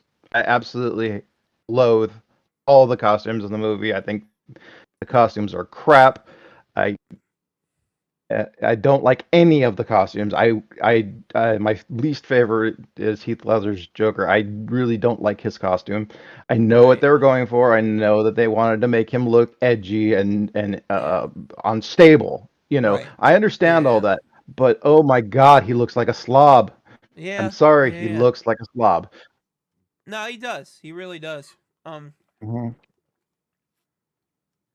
and I think that was one of the detriments of his Joker portrayal because, Mhm. again, like we said before, you know, the Joker, what Jack Nicholson got so perfectly in Batman '89 was the gangster aspect of Joker, the clown prince of crime aspect of Joker. That should be present there in the character, absolutely. Um, but again, I'll reiterate. I think uh, since I already talked about this before, I'll just reiterate very Mhm. quickly. Um, that I do think Heath Ledger brought forth the, you know, you're my new obsession, Batman. Like we're destined to do this together forever. It is my purpose in life to push you as far as I can, and to try to push you over the edge. You know, and to see how much you can push back before I break you, you know, or just to see if I can break you, you know. Um, Right. and I think he did that incredibly well. Uh, I but agree. yeah, but again, you know, the movie's trying to be too realistic, and it just I feel like that was a detriment in a lot of ways to both Batman Begins and The Dark Knight. Uh, I really enjoyed Two Face in the movie to the point where I was really pissed off that they killed him off at the end. Like what the fuck is this shit? You get a great villain now, and you kill him off at the end. Mhm. This is fucking bullshit, man. Like I thought that Yep. ending scene was fantastic. That ending scene Mhm. almost steals the entire movie for me, even the Heath Ledger stuff. When Two Face, Mhm. he's got, he's got Jim Gordon's son at gunpoint, and he's Mhm. like, he's like looking at him, and he's like, I'm gonna make you pay for what you did to me. And then he like tells him to look at his son. And he goes like, lie like I lied. Tell him it's gonna be okay. Lie like I lied. Like that scene is that the dialogue in that scene is razor sharp. Like some of the best Mhm. dialogue ever, in my opinion, in a Batman movie, and just the tension in that scene is palpable. It is, in my opinion, it's the best scene in the whole fucking movie. Like I don't know Well, what do you think? well, you know how I feel about Two Face. He's Yeah, my absolute favorite Rogues Gallery character in Batman. He's right, best. And just everything about that movie, other than the costumes, and I admit that's my bias. That's my cross to bear. I hate that they're costuming. But everything else about that movie, I will sing its praises. The script is solid. The action is good. I like the drama. I like the back and forth. I just hate the way everyone looks. Maybe Two-Face. Yeah, I think I like Two-Face is the only one I think I can think of. Even the love interest. Yeah, what the hell are you dressing her in? It's like, whoa! All the yeah, other like characters that played his love interest at elegant, looked beautiful and all this stuff. And right, I'm not saying she's not ugly by any sense of the imagination. She's not. It's just ugh. None of the yeah, stuff the set design and everything's are just horrid. right, And I right, know right. that's my first, Uh, even when Batman's on top of the buildings and stuff, and it's just I do not like his. I don't even like his bat suit in that movie. I well, don't like it. I think I should say here is you and I are both very we both have an affinity for the Art Deco style Batman. You know, the gothic, Guilty, city. guilty. Oh yeah, no, that's Hmm. Yeah. again, again. I'm with you, man. I'm with you as far as the set designs and everything, making everything super realistic. Basically, just putting Batman in New York City or like Ontario, Hmm. Canada, where they shot some of the scenes. You know, I'm with you, man. I'm with you 100%. Like, it takes away from the character, from what makes him, from him, what makes him endearing, and what really creates what I feel is an important atmosphere for the character. You know, because you see a character like Batman, you want to see him standing on like gothic rooftops with gargoyles and shit. You know, that's like that's what I want to see. You know, um, not just him standing on top of the Empire State Building. You know, like, you know, Right. it's like, Yeah, you want and to see the bridge. You want to see the Gotham Bridge. You want to see Gotham Courthouse, and yeah, and you want to see Arkham Asylum. right. And I'm sorry, I'm nitpicky. I know it's nitpicky, but it's just No, like that's you the only thing want to. about that movie I don't like. Yeah, I agree.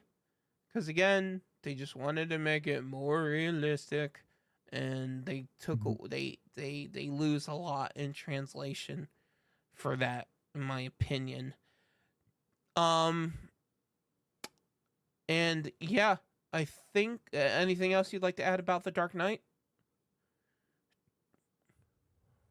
That I hope people don't think I'm crapping on the movie because I'm not. I'm not trying to. I'm just throwing in my little tiny bit of criticism. Right. Uh, Heath Ledger, great actor. I love him in just about everything he's been in.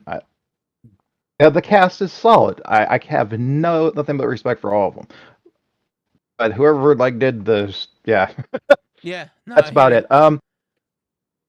And maybe the action scenes could have been a little better. I mean, It could have been shot way better. yeah, Like, yeah, uh, yeah. I mean, if you want to be nitpicky, but that's you, cosmetic and but not so much you, takes away from it being a great movie. you know what he should have just done, Christopher Nolan? He should have just like had a DP on set who could like film the action scenes properly. Like just have a guy, have like, you know, a veteran who's done, like, get a DP veteran who knows how to shoot an action sequence, and Or Jackie Chan, just hire have him. Jackie Chan. Yeah, hire fucking Jackie Chan. Fuck yeah, why not? Shit. Yeah. Yeah. Yeah, you know, and they should have just had someone like him come in and shoot the actions, direct and shoot the action sequences, and no one could have, you know, had all of his, like, you know, all the other scenes, you know, all the dialogue driven scenes and stuff like that. Um, but okay, so I guess that's it for Dark Knight. Yeah. So now we will just touch on this very quickly, because I don't think either of us really want to talk about it that much, other than how bad it is. The Dark Knight Rises. Wow, what a dog fucking shit sequel. Way to fuck up the ending of your subpar trilogy, Nolan. Like, you know, Hmm. like you give us two really decent Batman movies and then just shit the bed. Shit the bed all the way. Like, I don't even really want to talk about it that much, because I Right. hated it when I first saw it in the theater. I hate it to this day. Fuck anyone who says it's good. You're dumb. Hmm. Go fuck yourself. It is a dog shit movie, and it's even more insulting. You know, it's even more insulting when you realize that that's the way he wanted to end his Batman trilogy. The one, all right, I'll let you unload in a minute. Hmm. But one Go ahead. thing I want to say, despite all the bullshit, despite all the stupid shit with Bruce Wayne having a bum knee and fucking like being like, oh, I don't want to be Batman anymore. I'm just gonna become a recluse in my fucking mansion and blah blah blah. But wait, maybe I should be Batman again. I'll get a fucking magic knee brace and go out there and fake blah blah blah. Like, you know, fuck all that stupid shit. Fucking making Bane a bitch. Fucking you know, taking away all everything that made him fucking cool. You know, pretty much. You know, fucking having what's his face, God, that was so fucking stupid. At the end of the movie, when oh, what's his face's character, I can't remember, the guy that he's like, that Batman's like kind of like training to become like the next Batman or whatever. I forget the actor's I don't. name. I forget his name too. I'm Yeah, sorry. I've only seen the movie maybe 3 times total. that's fair. So yeah, I really Um, didn't like the movie. I couldn't get yeah, through it more than a couple times. yeah. No, I hear you. I'm with you, man. But yeah, whatever the actor's name is, whose name escapes me at the moment, Mhm. fucking like they had that stupid fucking thing at the end of the movie where it's like he goes to get like the um the coordinates to the secret entrance to the Batcave, and then like the fucking the notary who gives it to him is like, "Oh, your name's Robin." It's like that was fucking dumb. Like no, like the character's name isn't Robin. That's that's the superhero alter ego of now. Mhm. Like if she had said, "Oh, your name's Richard," like Richard Grayson, I'd be, Mhm. "Oh, okay, Yep. cool. This is this Yep. movie's version of Dick Grayson." Okay, I'll accept that. But no, she says, "Oh, your name's Robin." That was fucking stupid, and that proved to me that that fucking piece of shit Christopher Nolan and the fucking other fucking idiots who wrote that script didn't know jack shit about fucking Batman or Robin. Whatever. I'm just going off on a hate rant. But let's wrap this up real quick with fucking Dark Knight Rises. Um, but Mhm. despite all that stupid shit, the one thing, and this is the last thing I'll say about the fucking movie, the one thing that Mhm. pissed me off the most about it, the most, even when I saw it the first time I saw it in the theater and I saw the ending, what fucking just made me absolutely livid was the fact that at the end of the movie, Bruce Wayne Batman fakes his death and abandons Gotham so he could go and fucking, play fucking, play fucking tiddlywinks with Catwoman over there, or whatever the fuck, uh, you know, um, like, no, fuck you. That's not Batman. Fuck you. Mhm. That's not Batman. Batman never leaves Gotham. If he is alive, as long as there's a breath in Batman's lungs, he will always stand and fight for Gotham. And that that's his city. Gotham is his city. That is him. But Gotham is his home. It is his life. It is what he knows. And of course, he in the comics and everything, as we discussed before, he trains other proteges and stuff like that to help him combat the villains of Gotham City. But in the end of the day, as long as he is still there, he will always be Batman. As long as he's alive, he will always be Batman, and he will always be there to fight for Gotham City. So that ending was dog shit. All right, enough. I'm done. I'm done ranting about Dark Knight Rises. Spaz, you got anything you want to add about that piece of shit movie? Just 2 things. Just 2 things. Okay. I'll reiterate what you just said. Catwoman in the comic books is, from what I understand, I've read a few. I'm not a Batman expert, obviously, but Catwoman ends up having problems with Batman because will not. He takes Gotham takes precedent over her, Right. and she gets a lot of their arguments stem from that in the comic books. There's a lot of tension between them two. That you love Yeah. Gotham more than you love me. You are always going out to be Batman to defend this city. You love Gotham more than you love me. Yep. And yeah, that's something that stood out to me as well. Mm-hmm. Yep. Another thing we can touch on is go back to where it's more realistic than it is fantasy. Bane, the actor who plays Bane, has won jujitsu tournaments. No question, he's the one of the toughest son of a bitches on the planet. Tom Okay, he Hardy. could kick your ass in the heart. Yes, he can Okay. kick your ass. He's won titles. Uh, he can kick Right. your ass in a heartbeat. But the man is short. The man isn't 300 pounds of solid muscle. You need someone Andre the Giant size to play Bane, or at Right. least when Bane is fueled with, you know, Yep. that disappointed me. I mean, like they could have got some huge wrestler. They could have got even The Rock would have fit better than him. It's like You'll probably be it a just really didn't good fit. Bane. You know, probably be a really good Bane. Now that you're saying that, Dave Batista could probably be a really good Bane. Yeah. Like um, Yeah, yeah. or that mountain guy from uh, Game of Thrones, the guy that played the Mountain. Oh You know, yeah, just have him in the suit. You know, when he put the chemicals into his body, you just yeah, have the Mountain Venom. walk out onto the set. Yeah, Hmm. yeah.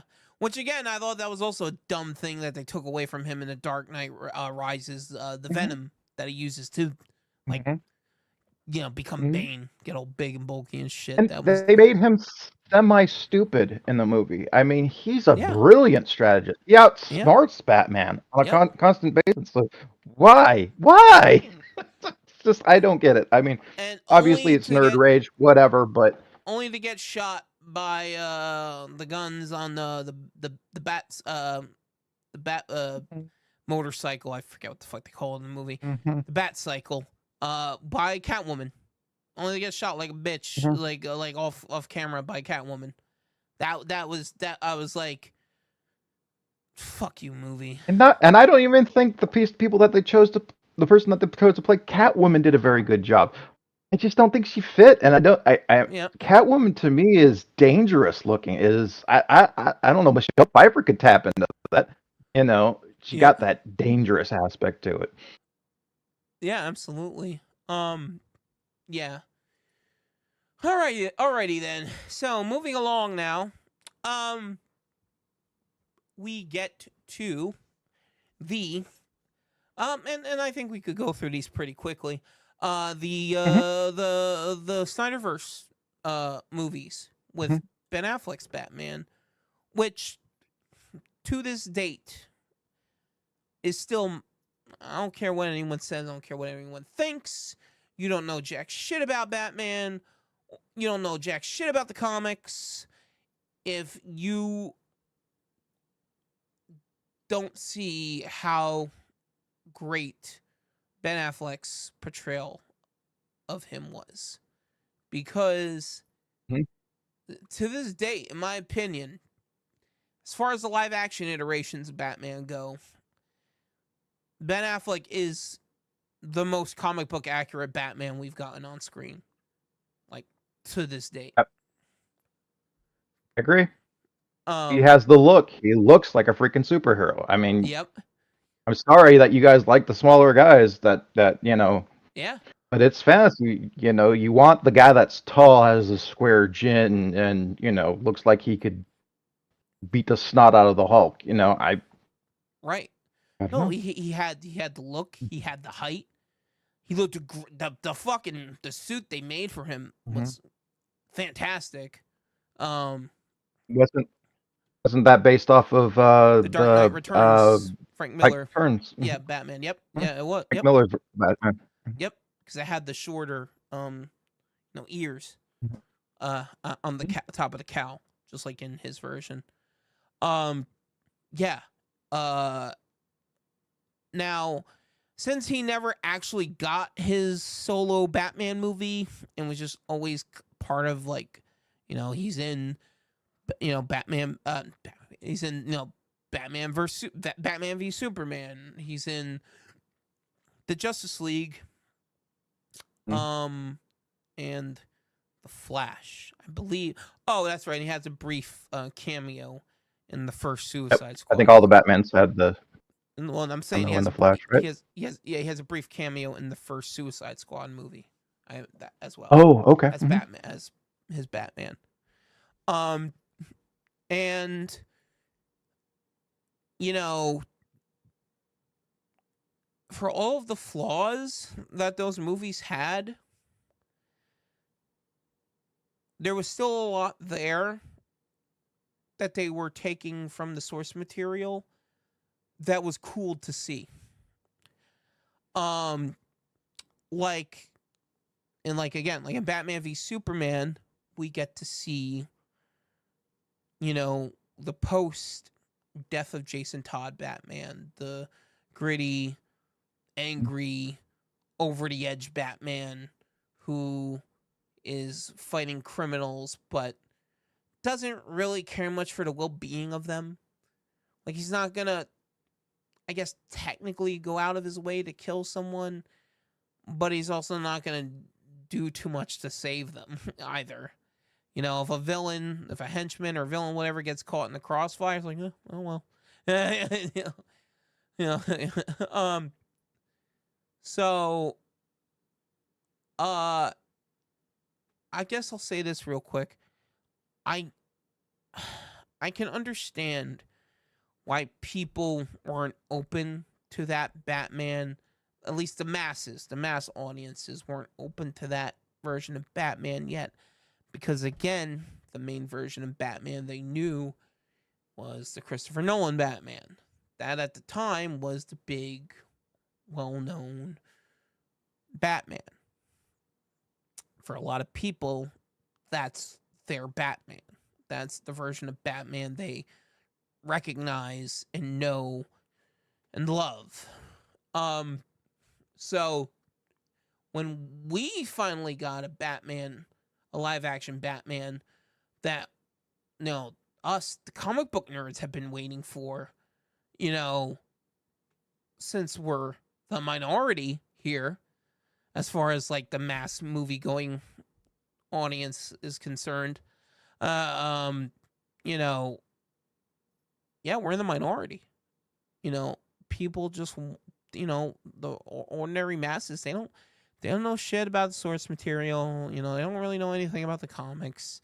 They just know what they see in the movies. And up until that point, the only version of Batman that a lot of them had seen was the Nolan, you know, Christian Bale Batman. Mm-hmm. Mm-hmm. So when DC decided to go in a bolder direction with him and make him, again, way more comic book accurate, people, you know, derided it. They didn't like it. They weren't open to it. And that's a damn shame. It really is. Because for a brief moment in time, we finally got a live action Batman that we wanted for a very long time. And the action sequence in the Batman action sequence in Batman v Superman, when he invades the warehouse and fights all the henchmen, to this day, in my opinion, is the best live action Batman action sequence ever put in a DC movie. I don't think any other one even comes close to the choreography, the way it's shot. You know, is just, it was almost a dream come true for me at the time when I first saw it. And how he's the whole time, and it really showcased how like Batman like works as a fighter, as a tactician, because at first like he fakes them out, you know, when he like when he first invades the warehouse, he lets off that big, you know, explosion with the smoke bomb that blows the hole in the floor. So, well, so like as he uses smoke as diversion, you see him shoot up with the Gatling gun up into the rafters, but they don't see him because, you know, the smoke. So they're all still shooting at the hole in the ground because they think he's still down there, and then he just comes down from on top and just starts fucking all of them up. Like that. Oh no! First, yeah, he has the thing where he like disables all their guns, and then he just comes down and he's fucking them all up. I was like, this is the Batman I want to see. Like this is the Batman I know and love, as far as from the comics. Yeah, Spaz, come on, add something here. I know you got something you want to say. Oh yeah. Ben Affleck's probably my favorite superhero actor. Like I know he hasn't been in enough things. I think that's a shame. He fits the profile, fills out a suit. At least he did. They lost an opportunity to make him into so many superheroes. I think it's a shame. I think he's a very good actor. You know, say what you will. I know all the horror for Batfleck, and you know, he's too old to play Batman, and you know, it's just like, yeah, but that's the Batman that he is playing. He's playing the old Batman. He's not playing the young He's playing Batman. the older, more And seasoned, grittier Dark Knight Returns Batman. Yeah. Mm-hmm. And as much as I had trouble with the movie, I have to admit I wasn't as big a fan of the movie as maybe you were, but their depiction of Batman is perfect. I don't know about the other superheroes. I think Wonder Woman is also portrayed really well. I also think that what's his name? Cyborg is perfect in his role. Right.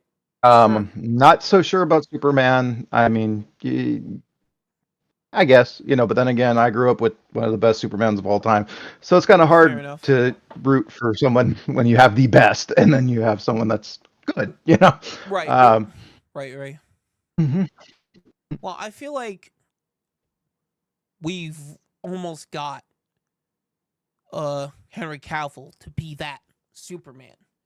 The one we know and love, the bright, the shining symbol of hope, Superman. Um, after Zack Snyder's Justice League, because Mhm. his original intention was after Superman gets killed at the end of Batman v Superman by Doomsday when it gets brought back to life in Justice League, it was like it was meant to represent like a rebirth of Superman, where he was going to come back as the bright, kind, smiling, symbol of hope, truth, justice, and the Right. American way version of Superman we all Mhm. know and love. Mhm. So I think we could have gotten that if the Discovery acquisition didn't happen with Warner Brothers and they didn't pull the plug on their future plans with these versions of the DC characters.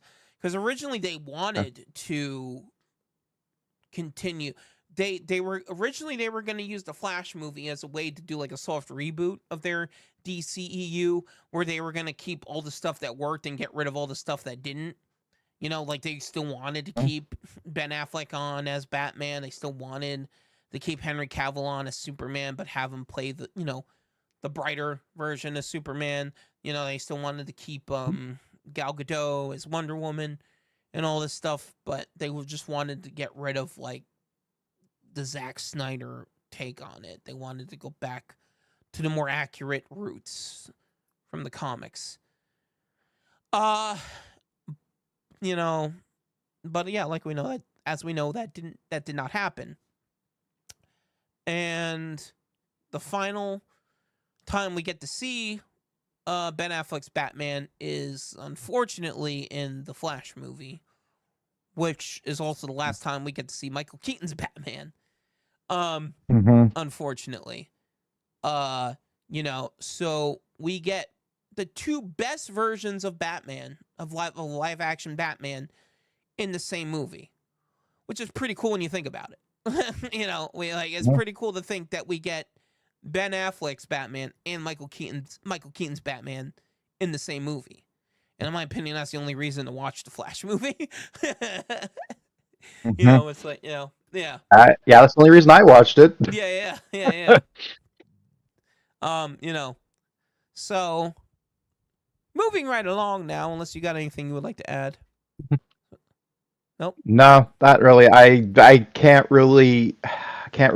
I think that they didn't showcase any of the superheroes' strengths. Like, Yeah. there was very few water scenes with Aquaman. There was very few electronic scenes with Cyborg. There was very few. Look, I'm the symbol of hope with Superman, and there's no. I am the knight with Batman. There was a little in the beginning with Batman, but I can't really point to anything else. Even Wonder Woman didn't get a chance to shine, and I'm like, how do you mess up Wonder Woman? I don't. Wonder Woman is got all kinds of powers, Well, they made the first Wonder Woman movie, which was pretty good. And that was awesome. And yeah. And then even though second one, I don't know, but even though I felt like the ending was a little lame, but I still really enjoyed the first Wonder Woman movie. Yeah. The second one was not that good, but whatever. Yeah. Yeah. No, I agree. Okay. Well, I guess we can move on now. That's all I can really say about that movie. Fair enough. Yeah, that's pretty much all I got as of now. So moving along, we will now. I guess first, let's touch on real quick on not a Batman movie, but still Batman adjacent. The Joaquin Hmm. Phoenix Joker film. Okay. Um, First, I'd like to ask you what your thoughts are on it. Oh boy, that's hard one for me because Phoenix is probably one of the greatest living actors we have, Yeah, oh yeah, in my opinion. oh yeah. Uh, no doubt about it. And that cast, once again, it's not the fault of the cast. It's not the fault of. I don't know. I know what they're going for. I know the idea of it, and I enjoyed Joker. But to me, it didn't feel like I felt when in the '80s when I saw Jack Nicholson playing the Joker. Maybe it is more accurate according to the comic books or whatever of how Joker is, but What it Joaquin just Phoenix? No, didn't fuck no, have the yeah, fuck no. Yeah, it couldn't be but any. it just didn't feel like Joker. It didn't. It was a good movie. I just didn't have Joker. I mean, it seemed more of a realistic serial killer movie to me, like Right. someone who took on a clown persona but is a serial killer. Well, And they I just. don't know if that's. Go ahead. Well, no, I was just gonna say real quick. They just made the king of comedy with the Joker. That's pretty much it. But go ahead, finish your thought. I'm sorry. But I loved the cinematography in that movie. I Mm-hmm. loved the music. I loved the acting. It was hard for me because I'm like, is this a Joker movie? Because it's the whole time I kept watching, I'm just like, is this a Joker movie? Right. Yeah, I can see similarities. I mean, there's vague similarities, but it's just like maybe it's Mhm. that Killing Joke thing where he was lying to people about his past, and that's Right. what it is. I don't know. Um. Okay. Well, I guess I'll say Mm-hmm. my piece now on Heath Ledger's, oh my god, sorry, Joaquin Phoenix's Fancy. joke. Yeah, yes, Joaquin Phoenix's Joker. Um, when I first heard about it and heard what they were doing, I was skeptical. Because basically, from what I understood before the movie came out, and of course, this is what the movie ended up being, was they were trying to make a Joker movie where they were gonna do like this background, like origin story on him, and build him up as his own character, even without the presence of Batman. Even to the point where in the movie, Bruce Wayne is still a little boy. Like Thomas and Martha Wayne are still alive at the beginning of the Joker movie. You Mm-hmm. know. Um so, you know, I thought it was really weird that they were making this Joker movie and making it to where he's Joker without Batman. It's going to be the origin of Joker without Batman. And that concept seemed really odd to me because, in my opinion, when you get rid of Batman, you get rid of the most interesting aspect of the Joker. The most interesting thing about the Joker is his relationship with Batman. That is the draw, one of the main draws, if not the main draw of the character, of the villain, is, you know, his constant, uh, his constant battle with Batman in Gotham City. Uh, so anyway, with all that being said, I was like, okay, so they're trying to do this without a Batman. They're trying to, okay, this sounds like it could be an interesting experiment, if you will. It seemed to me like it was, that's the way I was looking at it, as an interesting experiment. Can we make a Joker movie work without Batman?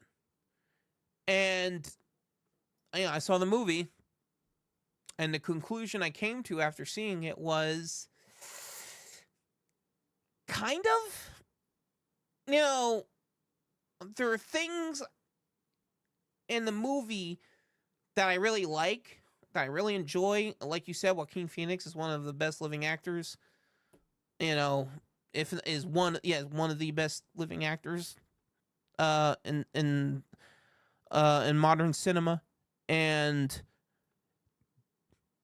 you know, seeing him in his portrayal of Arthur Fleck and the psychological decline of him, and to him eventually becoming the Joker, was interesting because they were going this route with him where, like, you know, he's basically constantly shit on by society, you know, constantly beaten down until one, you know, his life sucks. His mom is dying, and then he finds out that she's been lying to him, and he has all these, like, you know, like daddy issues, because you know, whole time, one of the big things in the movies, he's trying to figure out who his dad is, because he gets this idea in his head because his mom tells him that, like, Thomas Wayne is his real father, you know. So that becomes a focal point in the film, where he's trying to, you know, talk to Thomas Wayne to confront them and be like, are you my daddy?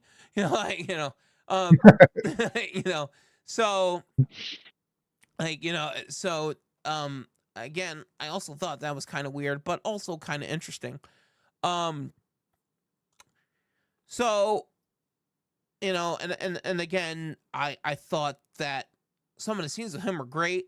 Like, I love the part in the movie where he, like he's on the subway train, and he's heading to the I think it's when he's first heading to the talk show at the end, and he gets on the subway, and like the cops are after him, but all these other guys are now wearing Joker masks, like clown masks, and he like blends in, and a bunch of them like they're like, you know, they're rooting for him because they're like, you know, he represents us, he represents, you know, the downtrodden of Gotham, you know, the ones that get shit on by the upper class and all that, blah blah.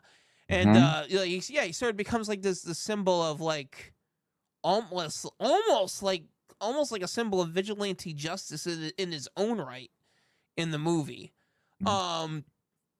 And like, so, you know, and then like, yeah, like you know, so like a bunch of his followers, they end up stopping the cops and beating them up, and there's that great part where he like looks back at the cops as they're getting the shit beat out of him. He takes off his mask and he like laughs at them, like does a little dance as he's like laughing at them, like haha, and then runs Mhm. away.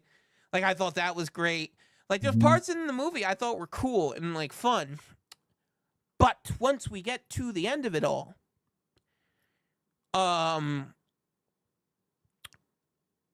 I felt like it should have been a standalone film.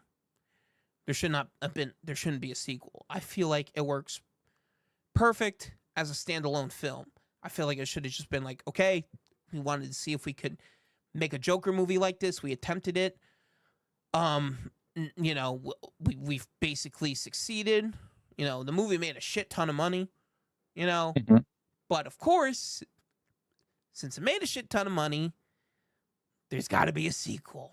You know, there's Mhm. got to be more sequels means more money. You know, Mhm.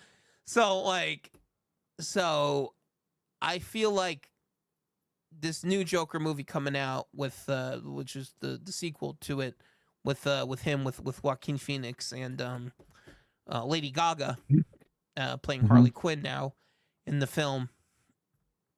I'm just like how far are you gonna take this without Batman? Like, how long can you keep this interesting for without Batman? Like, I don't understand. Because now you have this older version of Joker that by the time Bruce Wayne reaches Batman age, he's gonna be an old ass fucking man.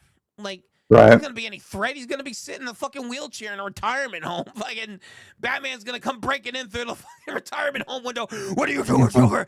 Oh, I'm just having my Mhm. Jello. Just eating my Jello. Like, oh, Mhm.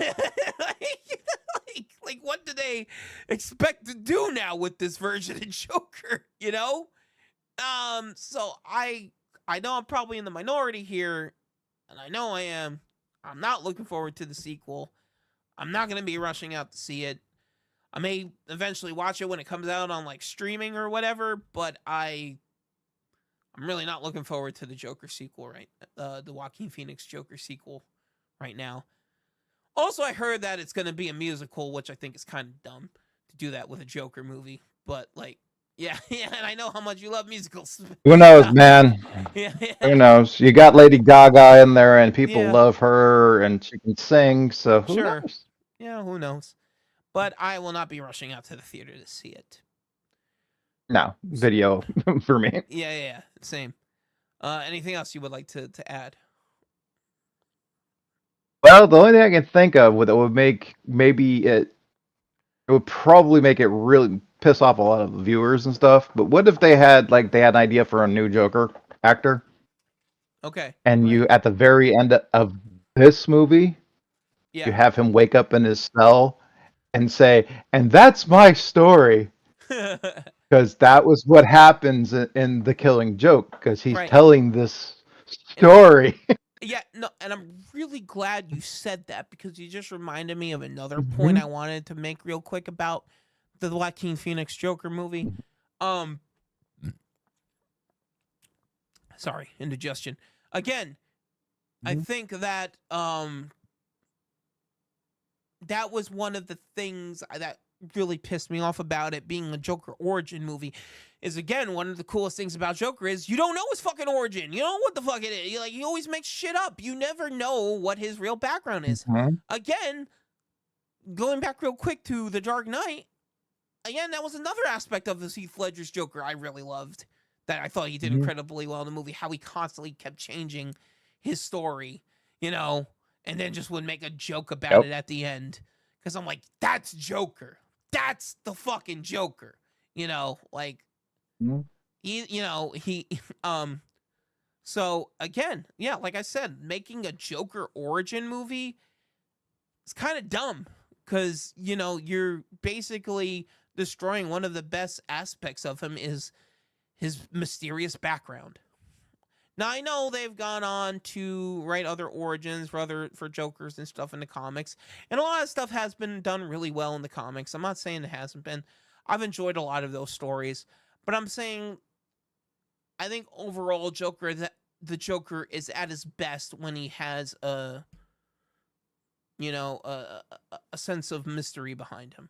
There's like you don't really know anything about this maniac other than he's got pale skin, green hair, big red lips, and he likes to fuck with Batman. It's like, and he's insane. So yeah. So again, I feel like Heath Ledger. I always keep fucking doing that. Joaquin Phoenix's Joker is a mixed bag. I like the movie, but again, I think it should have been a standalone film. I don't think it should have had a sequel. All right. Let's move along now. We're getting to the end here. Don't worry, folks. We're getting to the end. Okay. Last thing we're gonna touch on as far as the movies go. The Batman. Now we'll just talk about this briefly, real quick. Why don't you start? Oh, I'm probably the worst one to start this one because I have very little good to say about this movie. Uh, yeah, there is no Gotham in this one. Again, it's all the streets of New York or Place City here, Dark City here. There is no, I don't know, there's no Tim Burton element. There's no, I don't know. I don't know how to put it other than that because there's no giant, larger than life symbols in the movie. His car, the Batmobile. How do you screw up the Batmobile? Of all the things on earth, how do you make the Batmobile look stupid? I mean, it looks like just a normal car. Looks like you could park the Batmobile in the freaking downtown and nobody would know it's the Batmobile. Yep. Yeah, I hated it.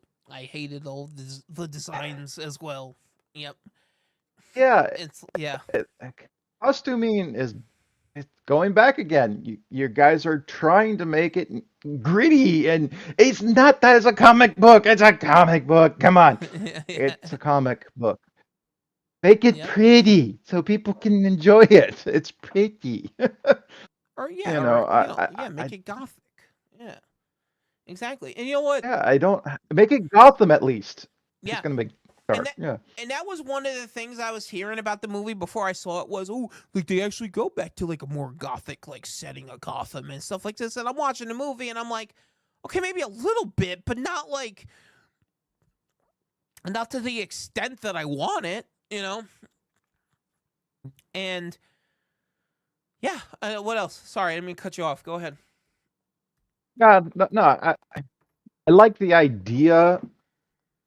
This is I know where we disagree on this, but I like the idea of the Riddler Yeah, being a little more fine. I mean, I know he's he's flamboyant and all that stuff. I don't like his costume. yeah. I think Well, they his just personality is interesting take, but yeah, okay. good. No, I was just saying they just make him the fucking Zodiac killer in the movie, which I thought was lame as fuck. Like I was Exactly. like you know, like you take everything that makes the Riddler cool and interesting and fun and just make him the Zodiac killer. It's like that's not the Riddler. Right. Like that's not who he. That's not what the character is. You know. Um. Right. So I thought that was lame as fuck. Um. Because again, they wanted to make it more realistic, and the reason why they did that again was because of how bad the Affleck Batman failed. You know, because they were like, well, we were Hmm. going too fantastical with this Batman. Maybe we got to go back to the more like Nolan-esque Batman, the more like realistic Batman, and that's the reason why they got that movie going the way it is because they were like, well, and of course everyone fucking loved that movie. Everyone sucked that movie's dick. Everyone was like saying like, oh, it's so great. Oh, give me more of the Batman. Like, Hmm. and I'm just like, I don't see it. I don't fucking see it. You're all dumb. You don't know shit about Batman. um, I know I constantly reiterate that, but man, these Hmm. fucking average moviegoers really piss me off sometimes with their comic book movie takes. Um, it's like, so, um, yeah, again, they make them too grounded, too realistic, and the movie, in my opinion, suffers for that because again, you're getting rid of the levity, you're getting rid of the fantastical elements of Batman as a comic book character, and I just want to return to form in that sense. I want the comic book Batman on screen. I don't want Batman in New York City. I want Batman in fucking Gotham City. All right? Um yeah. I do not like the Batman. Now, there are certain things I do like about it. Now, okay, my main issues with the Batman are not with the casting or anything like that. My two big problems with the Batman is the script and the setting, the set designs, the costuming, the all that stuff. Hmm. The cosmetics of the film. Again, I wanted a darker Batman, a more comic book accurate Gotham, a more comic book accurate Batman. Um, yeah. So like, yeah. But I did enjoy, uh, uh, Zoe Kravitz, Catwoman. I thought she was great. I mean, great as far as like her portrayal, and also great to look at. um, you know, Never heard. yeah. I was like, yeah, all right. I mean, like every time she was on screen, I was like, okay, yeah, I'll go along with this, baby. But I thought Colin Farrell as a Penguin. I thought he did a really great job as far as like that version of Penguin went. I really liked that his portrayal of the Penguin. Um, I liked how it was different. You know. Um, yeah. Uh, that's about it. That's about all the positives I can say about the movie. Other than that, and again, Yeah. I got nothing against um what's his face, Robert Pattinson. You know, again, I think with a better script and a better Batman costume and a better Batmobile, he could really do a really great performance as Batman. He just needs a better script and a better director. You know, so yeah. With all that being said, you got anything else you got left you want to say about it real quick? I don't think I can say anything really positive other than Yeah. potential. They had, Yeah. you know, obviously the acting is not the problem. It's not the actors. That's the problem in this movie. Yeah. It's not. And again, we're gonna get a lot of You shit have the for talent, this. you're just not using it. Yeah. And again, Oh yeah, totally. we're gonna get a lot of shit for this because everyone fucking loves that movie, except us apparently. So, yeah. With all that being said, we are now at our final, yes, folks, our final top Batman topic for this evening. The newest iteration of Batman in media. And as far as I'm concerned, it's the best thing they've done with Batman in a while. Batman the Caped Crusader, the Amazon Prime series. The animated Amazon Prime series, helmed by Bruce Timm, the man who helmed Batman the animated series. So you have the legend there himself helming this new series, and in my opinion, I thought the first season was damn near perfect. What do you got to say? Oh man, now it's our turn to like gush. Yep. I when I saw this, I said this is a continuation of the animated series, and I love the anime. I think it's the best thing that's happened to Batman. Yeah, Well, it's not a continuation. It's a new interpretation. voice actors. You've Oh, got great stories. You cut out. You're cutting out, man. Hello? Uh-oh. Hold on, give us a minute here, folks. I think you're back now.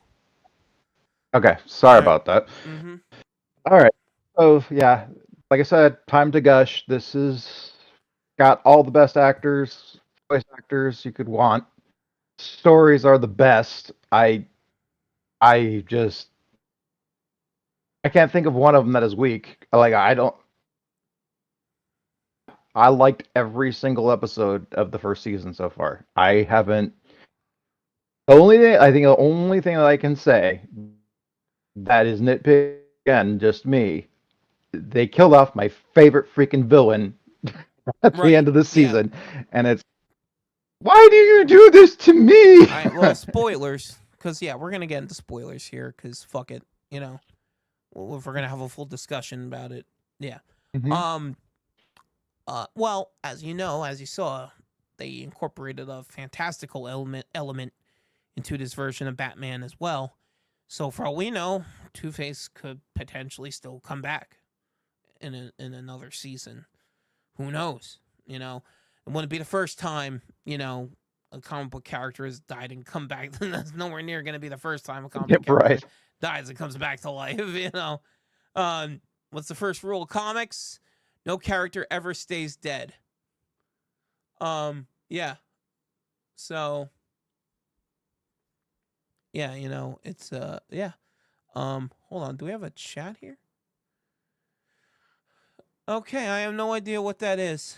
All right, never mind. So, yeah. So, like, in a way, it was kind of refreshing because not only are there like new interpretations of villains, but at the same time, it's a return to form because we're back in that Art Deco Gotham. You know, we're back in that gritty, you know, gothic Art Deco Gotham that we know and love, and that's the Gotham that Batman needs to be in. That's yes. And yeah, like you said, there is there isn't really anything bad I could say about it as far as my opinion goes. other than them killing off some villains, and I was a little, I don't know, I was kind of a little like, I thought it was a little lame that they just basically turned Firefly into a joke in that one episode. Oh. Because I thought Firefly was a cool villain, an arsonist super villain. I always thought that was a cool idea. So yeah, but I thought that was a really cool part when when he first gets his suit back and he's looking around Gotham and he just sees everyone and everything in fire. He's just like, yes, the fire will cleanse them all. They want it. I thought that was cool. I really enjoyed their version of Harley Quinn. I thought that was cool how they made her an interesting villain in her own right without the Joker. I thought that was actually really cool. I like that this Harley Quinn. Now, I know a lot of people, like, their argument is like, well, if she's, already corrupted, like, how is the Joker going to corrupt her? And it's like, well, maybe her and the Joker are going to have a different dynamic. Maybe they're going to have a different relationship now. And that could be more interesting, in my opinion. Maybe we'll get a more interesting take. Never know. Or just an interesting take in general. Who knows? We won't know until we get a season 2, hopefully. Hopefully we get one. Yep. Hopefully we get a season 2. And yeah, oh god, it is so good. And like none of the changes bothered me. Again, like I said, I thought a lot of people were complaining that they made the Penguin a woman. That didn't bother me. I thought she was still like a brutal Penguin. In my opinion, she may be the most brutal version of the Penguin I've ever seen in a Batman adaptation. Like she kills one of her sons because she thinks like she betrayed him, but then she finds out later on that she killed the wrong son, but doesn't even care that she killed the wrong son. Like that's some cold shit. That's some cold shit right there. And I felt that was cool to have for her to have that aspect because it's the Penguin, the Iceberg Lounge, it's meant to be ice cold, like, so that was cool. Spaz, come on, talk it up. Oh yeah, dude. Okay, brother, here we go. Okay, so episode 7, fight scene in the kitchen. Hot damn, the moving target episode. Yes. Holy crap, that's probably the best animated fight scene I've seen in years. You've got acting talent up the wazoo, man. You got the John Mago, who plays Bullock. He's the Bender from Futurama. It's like, okay. Yep. You got Harvey Dent is played by Dietrich Bader. Dietrich Bader played Jethro in the Dietrich Bader. Yep. Yep. Yep. Yeah, it's just like you couldn't ask for a better voice acting cast. I mean, unless you were to get top dollar for like the top people. You want to hear? Do you want to hear another cool thing about that episode that you were just talking about? Yeah, go ahead. The main villain of that episode, Onomatopoeia.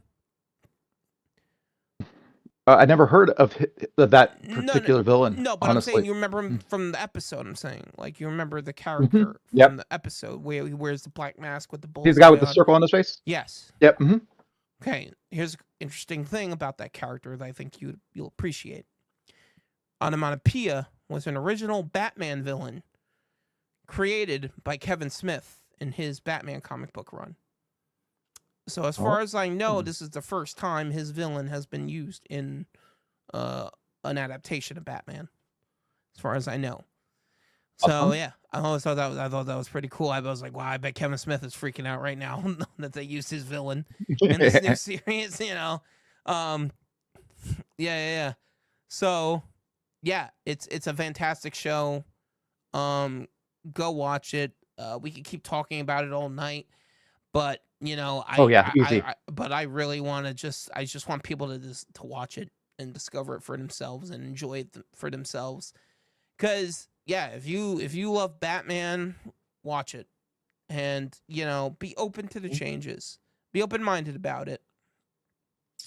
Now I know you like because I know some because again I will say this show feels like Batman. It feels like like this could be the comic book Batman with certain changes. Mhm. But the changes they make, in my opinion, work really well for that show, for that version of the characters. Mhm. And on that note, unless you got anything you'd like to add or ask. Oh, I could gush for hours. Let's just call it, man. Yeah, Let's just call it because I could gush for hours about this film. We I are mean, this series. yeah, we are almost at 3 hours. So this was an extra long one tonight, guys. I hope we hope you enjoy it. We hope anyone who's watching live, we hope you enjoyed it, or if you're watching this later on, we hope we hope you like it, and get hit that like button, give us a subscribe. We're here every Thursday night, nerding it up. Dominic, would you like to announce our topic for next Thursday?